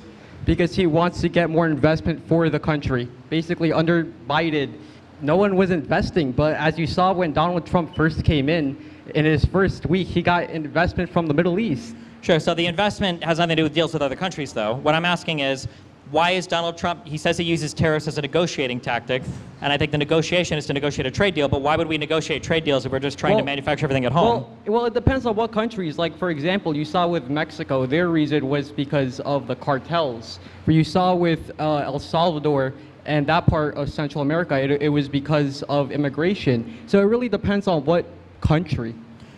For all of them. What I'm saying is, if you want to manufacture more stuff at home... Yeah, he wants manufacturing to come back. But then why would you be using tariffs to make trade deals? Wouldn't you just not want any trade deals? Wouldn't you just want to make it all here? Well, he's sure to have a protectionist policy. Yeah, but then if you're having a protectionist policy, what is the incentive for other countries to negotiate with you? It's so they could roll back whatever they're doing that's wrong. Like, for example, Mexico, their cartels. The reason why we had a trade deal with Mexico and why we rolled back the tariffs, which I disagree with, was because Mexico agreed that they would put more restraint on the cartels and on the border. But Trump negotiated the big trade deal that we had with Mexico, and none of that happened, no? Like the U.S.-Mexico-Canada trade agreement. Huh? His renegotiation of NAFTA was the U.S.-Mexico-Canada free trade agreement. Yeah. So was that all just worthless, or was that really bad? Because he's blown that up now, right? Yeah. Honestly, Donald Trump has not been living to what he promised during his campaign, which is why I began with this "I fell for it" ribbon. But the whole point of MAGA is to put America first. And sure, but I'm just fixating on the tariffs, right? So it seems like his first trade deal with Canada and Mexico, which was an actual trade deal, is blown up now. And then we are how many days into the... What do you mean it's blown up? Like, how's it blown up?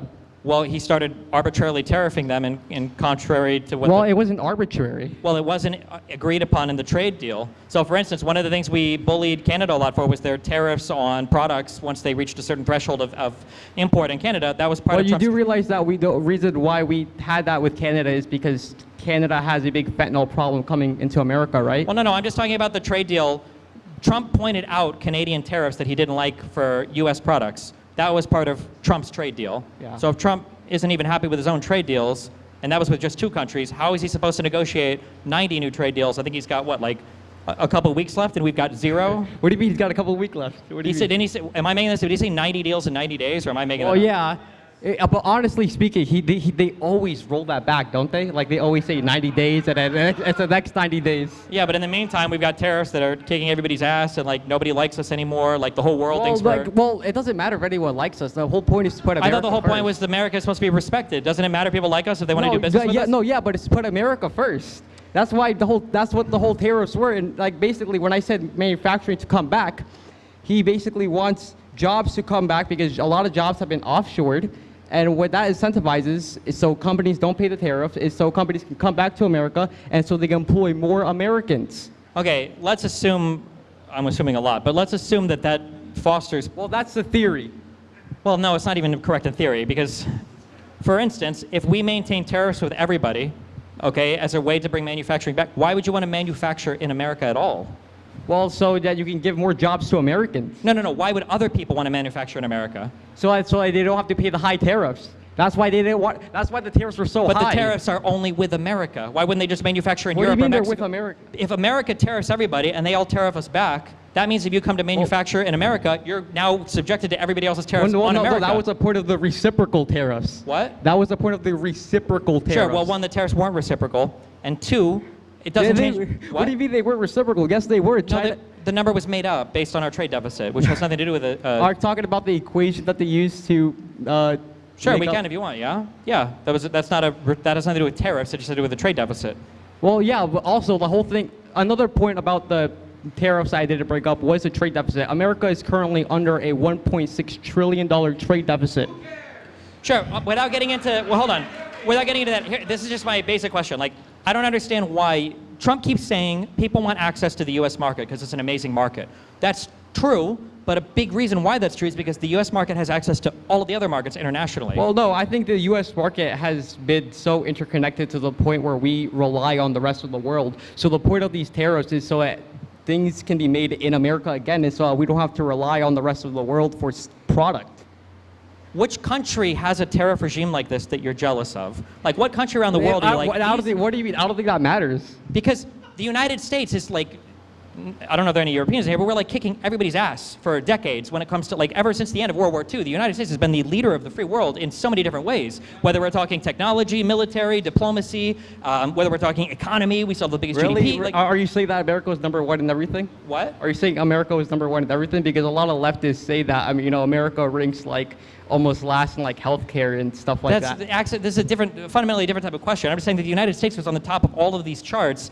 I'm curious, like, what country is Trump looking at that he's like, we need to be more like that country with our trade policy? I don't think it. Well, for one, probably China, most likely, because we're under. That's why. Do you think that the average American or the average Chinese person has a better life?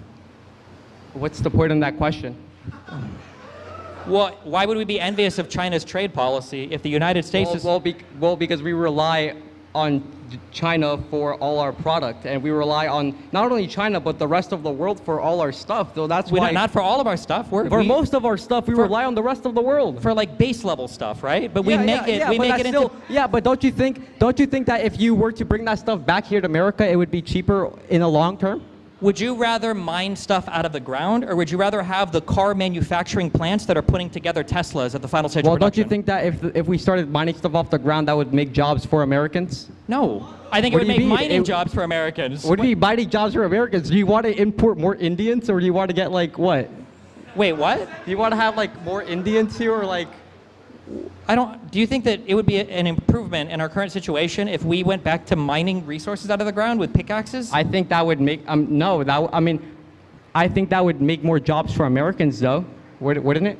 I mean, you could make more jobs with Americans if you gave people scissors and told them to cut lawns. I mean, that doesn't make good jobs. That's such a bad heuristic, bro. A bad heuristic. If you're watching a movie or playing a video game, mining coal with a pickaxe is like level 1. Bro, that's like the first thing you do. You're using There's no video game where you watch it and you got a character with a pickaxe and coal, and your mom or dad or your girlfriend comes and is like, wow, you must be really far in your game. You're like, no, I'm in the shitty level 1 development phase. I'm trying to get out of here as soon as possible. You're using Minecraft to discuss about policy? I'm being what? You're using Minecraft to discuss about policy and using it as an example? Hold on, it's the echoes because you're covering it. I'm being what for policy? I said, are you really using Minecraft to like, as I'm an using example? literally anything in the world. When you talk about the stages of developments of economies, it's not like we were doing AI in the 1800s and then Henry Ford walked us back to making cars, and then now in the 2000s we're celebrating to go into the coal mines again, right? Our economy is developed.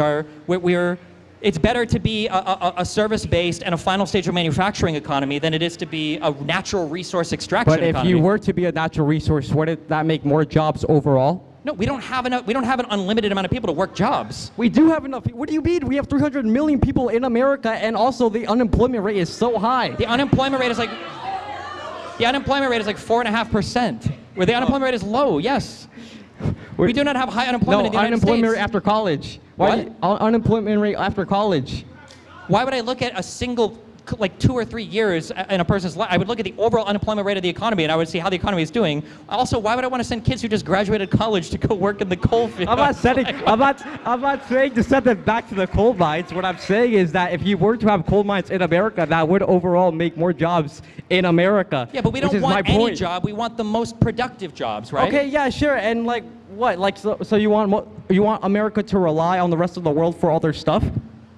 The world relies on us for final stage of manufacturing. What do you services. mean? Our largest trading partners are stuff. What is I don't know why everyone's saying okay. What is Donald Trump's #1 complaint about China? That it's a lot.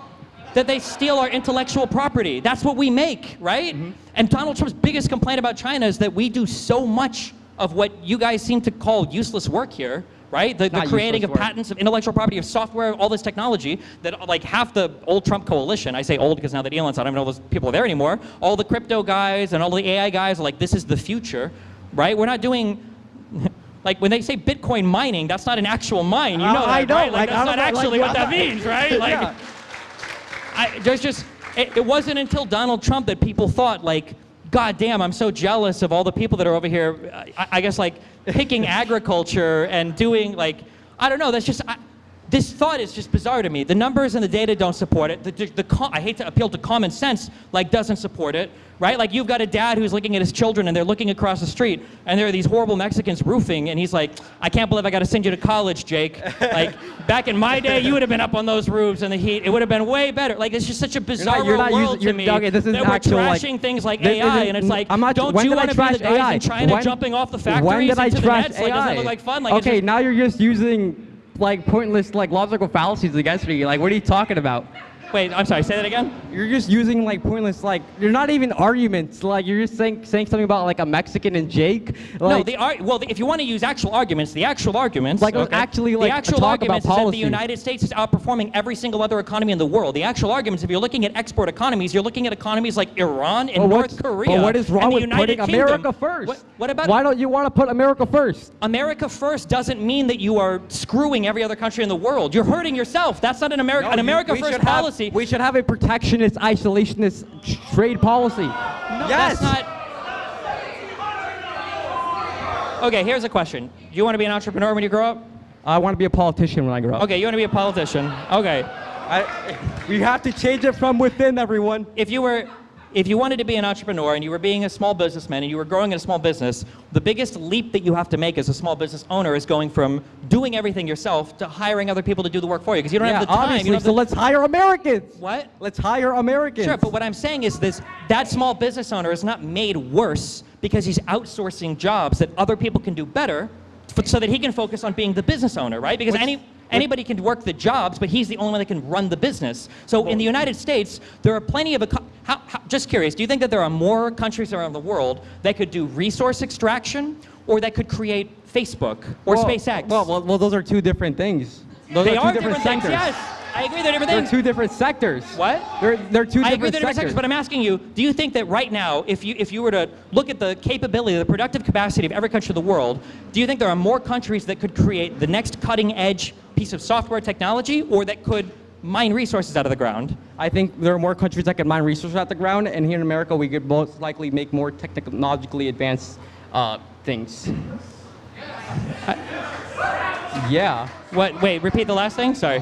Here in America, we can make more AI things, or technologically advanced Yeah, but things. we can't, if we're sending our kids into the minefields instead of into school, we're not going to make the AI things. But we have so many, like, we have like so much liquid gold under us in Texas and Oklahoma. We have so many minerals here in America that we don't have to depend on the rest of the world for all of this. We can do all of this in America, and also with doing that all in America, that also creates jobs for Americans. That puts America first. You know that, like, historically, no other country has successfully pursued like an autarkist regime. And that's what Donald Trump wants to try to pursue. He's going to be the first one to do it. Wait, what did you say? Where you manufacture and make all of your own stuff. Nobody else in the world has done Well, that. Japan tried doing it. And Japan, the country that's been in stagflation for like 30 or 40 years, and all of their young men are fucking anime dolls instead of making children, that's the country that we're going to model ourselves after? Yeah, that's Japan. All right. I mean, my whole point's gonna make an argument. Okay. All right, my next point, besides the tariffs, is that the deportation. Hold on, I just want also just that you're comparing us to Japan, right? In World War II, our ability to do technology, to integrate people from all over the Well, world. no, like I'm in Japan in like the 80s. Sure. But yeah, how do you get there, right? Like the Yeah. why did we win World War II? We won that war, right? The United States did. yeah. And a lot of it had to do with things like technology or things like nuclear weapons. And we only did that, like nuclear weapons are not raw resource extraction or like who can mine stuff the fastest. Like it came from technological breakthroughs and innovations. Yeah, but through help through America. Don't you think Japan had help from America after World War II? I mean, we literally reconstructed their constitution. Yeah, but that's been beneficial to us, right? Yeah, but America did it. They couldn't do it without America. Yeah, but would America have made Dragon Ball Z? Or I'm sorry, what would it be What? for you? Naruto? I'm not I don't know, into young anime. kids watch- Bro, we wouldn't I'm have had that if it would have I'm been from not into Japan. We get anime. things from Japan that we couldn't make ourselves, right? Yeah, but like, what's the whole point of this Goislop? I'm not talking about the Goislop. What is the Dragon Ball Z is Goislop? How old am I now? No. I don't want to call Dragon Ball Z Goislop, but I mean that in the sense of like entertainment. I don't care about that. What I care about is having Americans have like a proper living. Americans have what? I want Americans to have a proper living in America. Yeah, but everything will get more expensive if you make it here. No? So when the living For standards... the short term, in the long term, it'll get cheaper. How would it get cheaper in the long term? Because right now we depend on the rest of the world for the rest of our stuff. So right now because it's cheaper. Oh. You think that we could make you think that Americans could make every single thing from the supply chain from bottom to top better than every single other country on the planet? I think if we start really trying to, yeah, we really can, and we can put America first. Okay, I mean, no one else in history has done that. No one else in the world does But that's that. what Donald Trump wanted to do. And also, he told me to bring up my second point. Yeah, it's not going to be quick, but like my whole second point is essentially that to put America first, we also have to stop, doing the immigration that we're doing right now, both illegal and legal. So you want to bring, so just to be clear, you want to bring all of the jobs back here. You want to do all the resource extraction here. You want to do all the manufacturing, and then you want to deport 20 million people at the same time? Yeah, and also stop the visas because the visas also exploit Americans economically. I mean, like, I'm just curious. Wait, well, okay, yeah. All right, thanks for chatting. I appreciate it. Yeah, we have to.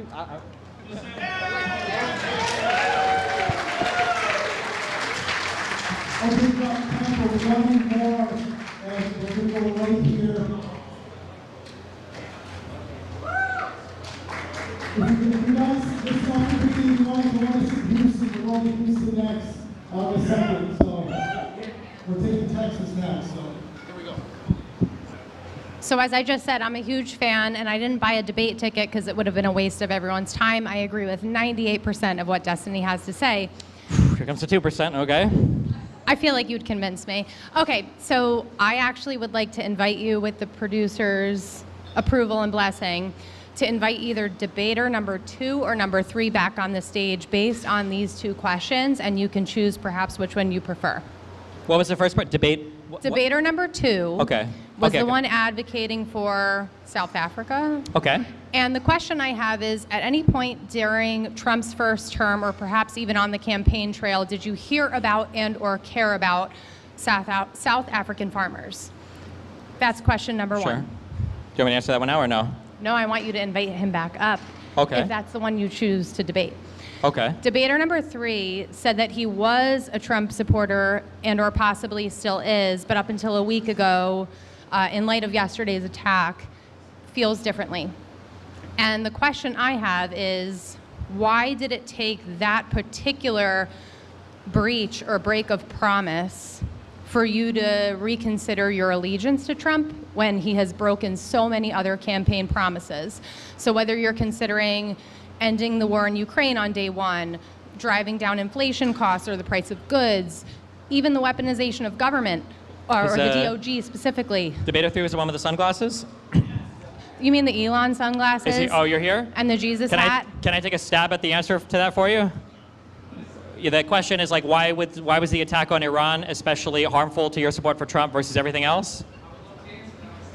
Is the answer have something to do with the fact that Donald Trump might not be a perfect candidate, but he can further a lot of the interests that you want in the U.S., but doing the strikes in Iran proves that he's, what do you call it? He's an Israeli puppet, more so than you wanted to be? Oh, no? Oh, okay. I hope okay. you'll take more of the cult approach, but I appreciate you and invite you to choose your poison. Okay, well, don't make me choose one. I feel bad. I don't want to. Pressure's on. What? Pressure's on. Yeah, I already answered one, but now I bring up the three guy. Thank I'm sorry. you. Yeah, okay, yeah. Thanks a lot.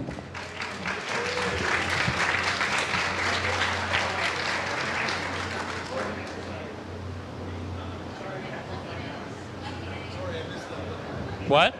Oh, no, it's fine. It's all good. Wait, is he coming up? Oh, wait, did he want to do it now, or? Who are we calling? Sunglasses? Sunglasses. We have, there will be sunglasses for 5 minutes, then everyone's going to get about 5 to 10 minute break, and then everyone's going home with a signed poster if you want one. Stephen's going to be signed. By the way, give it up for Stephen. I already know he's going to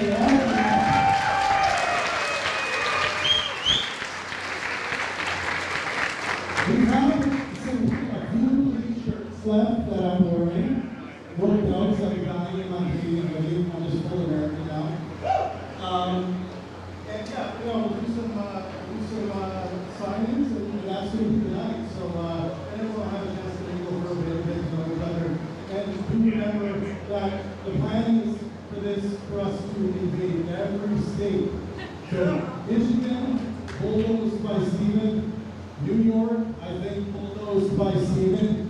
When are these so-called big top Trump supporters who are so wise and intellectual going to show up and try and put up an actual fight for Stephen? Because so far, I think he's bulldozed the competition. So, I mean, Ben Tapp put up a good fight. I gotta give that.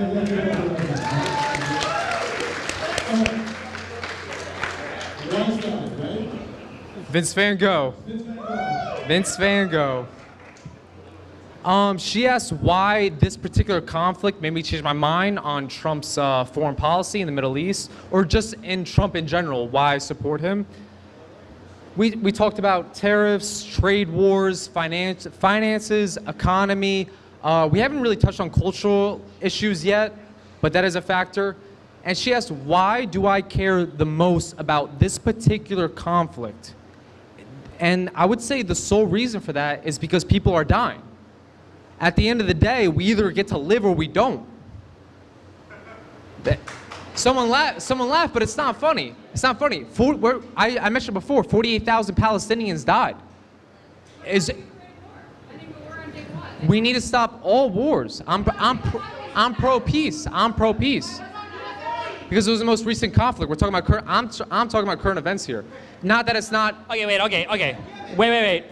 So this is the last one, okay? I'm gonna be a little meaner now, okay? Wait, here's the question, okay? This is what I don't understand, all right? Sure. So in the first Trump term, okay, we saw an increase and then an obfuscation of the data around the drone strikes in Yemen under Trump. He was fully on board with Saudi Arabia and continuing to bomb the Houthis in Yemen. We saw an actual attack on a Syrian airport in response to reported chemical weapons attacks from Assad.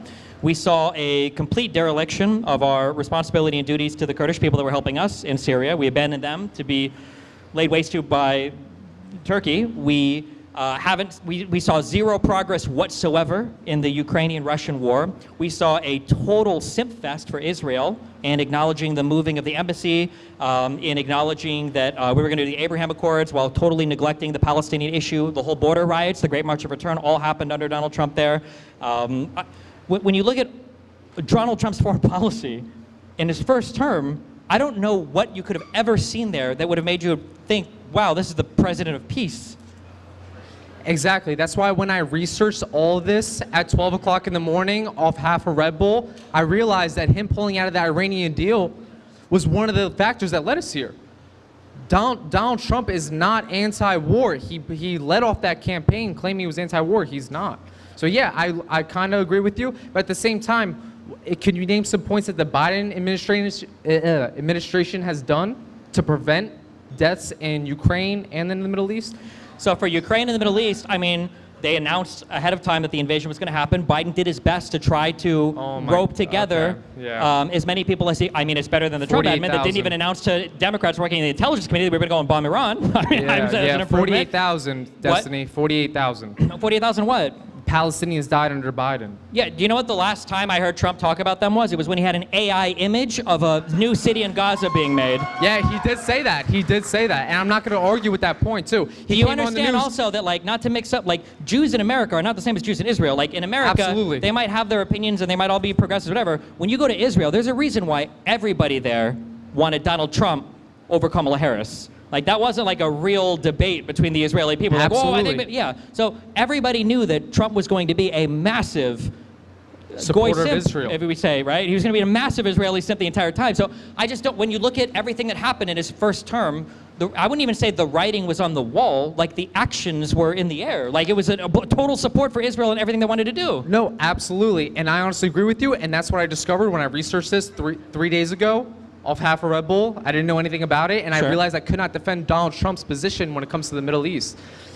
Okay. But that being said, under the Democratic Party, it was not any better. If you think it was, if you think the Democratic Party is anti-war, Biden and Kamala are anti-war, Obama was anti-war, you need to do your research. Sure. It's So just we can a look fact. at Biden. Wait. So we can look at. So we can. We're going to share. What? We're just going to share. So we're going to let that go by. So you actually didn't answer my question. And my question had less to do with foreign policy and more to do with why this particular grievance made you say that Trump has broken a campaign promise. It had less to do with foreign policy and more to do with generality. Why do you believe this was the first breach of campaign promise from Donald Trump compared again to tariffs and driving down the price of goods, the weaponization of the DOJ, ending the war in Ukraine, as he just discussed? I'm curious as to how this was the line for you. So if maybe you can explain that. Absolutely.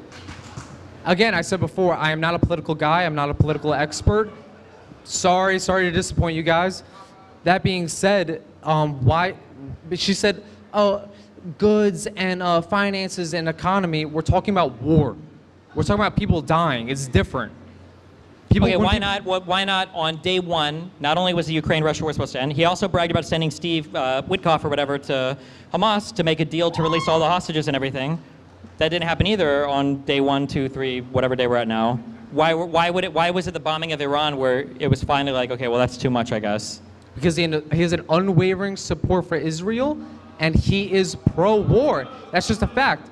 And if you think anything would be different under the Kamala administration, that's just not true. We both know that. Look at the history of the Biden administration and the Kamala administration. They are not anti-war. Well, Trump if you campaigned look at off the of difference, anti-war, and he did not deliver on that promise. Well, if you look at the difference, I mean, Biden did follow through on the pullout from Afghanistan, right? So that was one war that was going on under Trump that ended under Biden. And Trump made the deal for that. Absolutely. We ended our support for the drone strikes in Yemen with Saudi Arabia. So that's the second thing that stopped.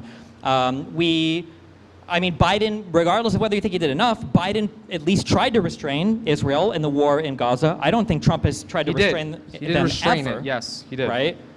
Biden tried to support Ukraine as much as he could, and it seems like Trump has left that to the wolves. In what way was Biden more of a warmonger than Trump has been in the first 100 days?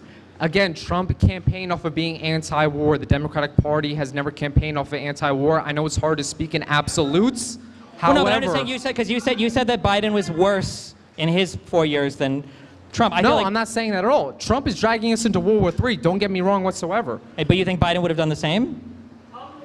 He also has a support for Israel. That's what it comes down to. Do you support billions of dollars per year to a foreign country that does not help us whatsoever, or do you not? That's it. Are you America first or are you not? Yeah, I feel like Trump did. Listen, in case you guys haven't realized, we're in America. It's Republicans or Democrats. That's what you have to choose. You have the choice between one bad choice or another bad choice. Which one are you going to choose? That's all it comes down to. And if you think the Democratic Party is coming to save you, it is not. It's not. It's true. It's true. It's true. I don't support Trump, but at this point, listen. To be clear, wait, how old are you? I'm sorry? How old are you? I'm 24 years old. When you say you don't support Trump, did you vote for him the last 2 elections? No, I was. I think I was underage when he first voted. I met him at 17. Did you vote? I didn't vote for him the first term, and yeah, I did vote for him for the second term. Yeah. If the election was held again today and you had to vote between Kamala and Trump, who would you vote for? I would vote for Trump again. Sorry. Yep, I would. I absolutely What would. does it mean? What does it mean when we say The we don't support Democratic him then? Party is not going to save any of you. They do not care. Vince Van Gogh.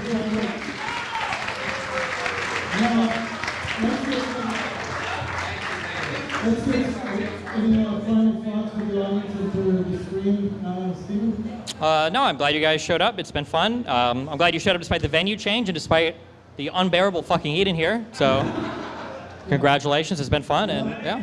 Well, I want you guys to let out your anti-Trumpness and give it up for Trump's worst enemy.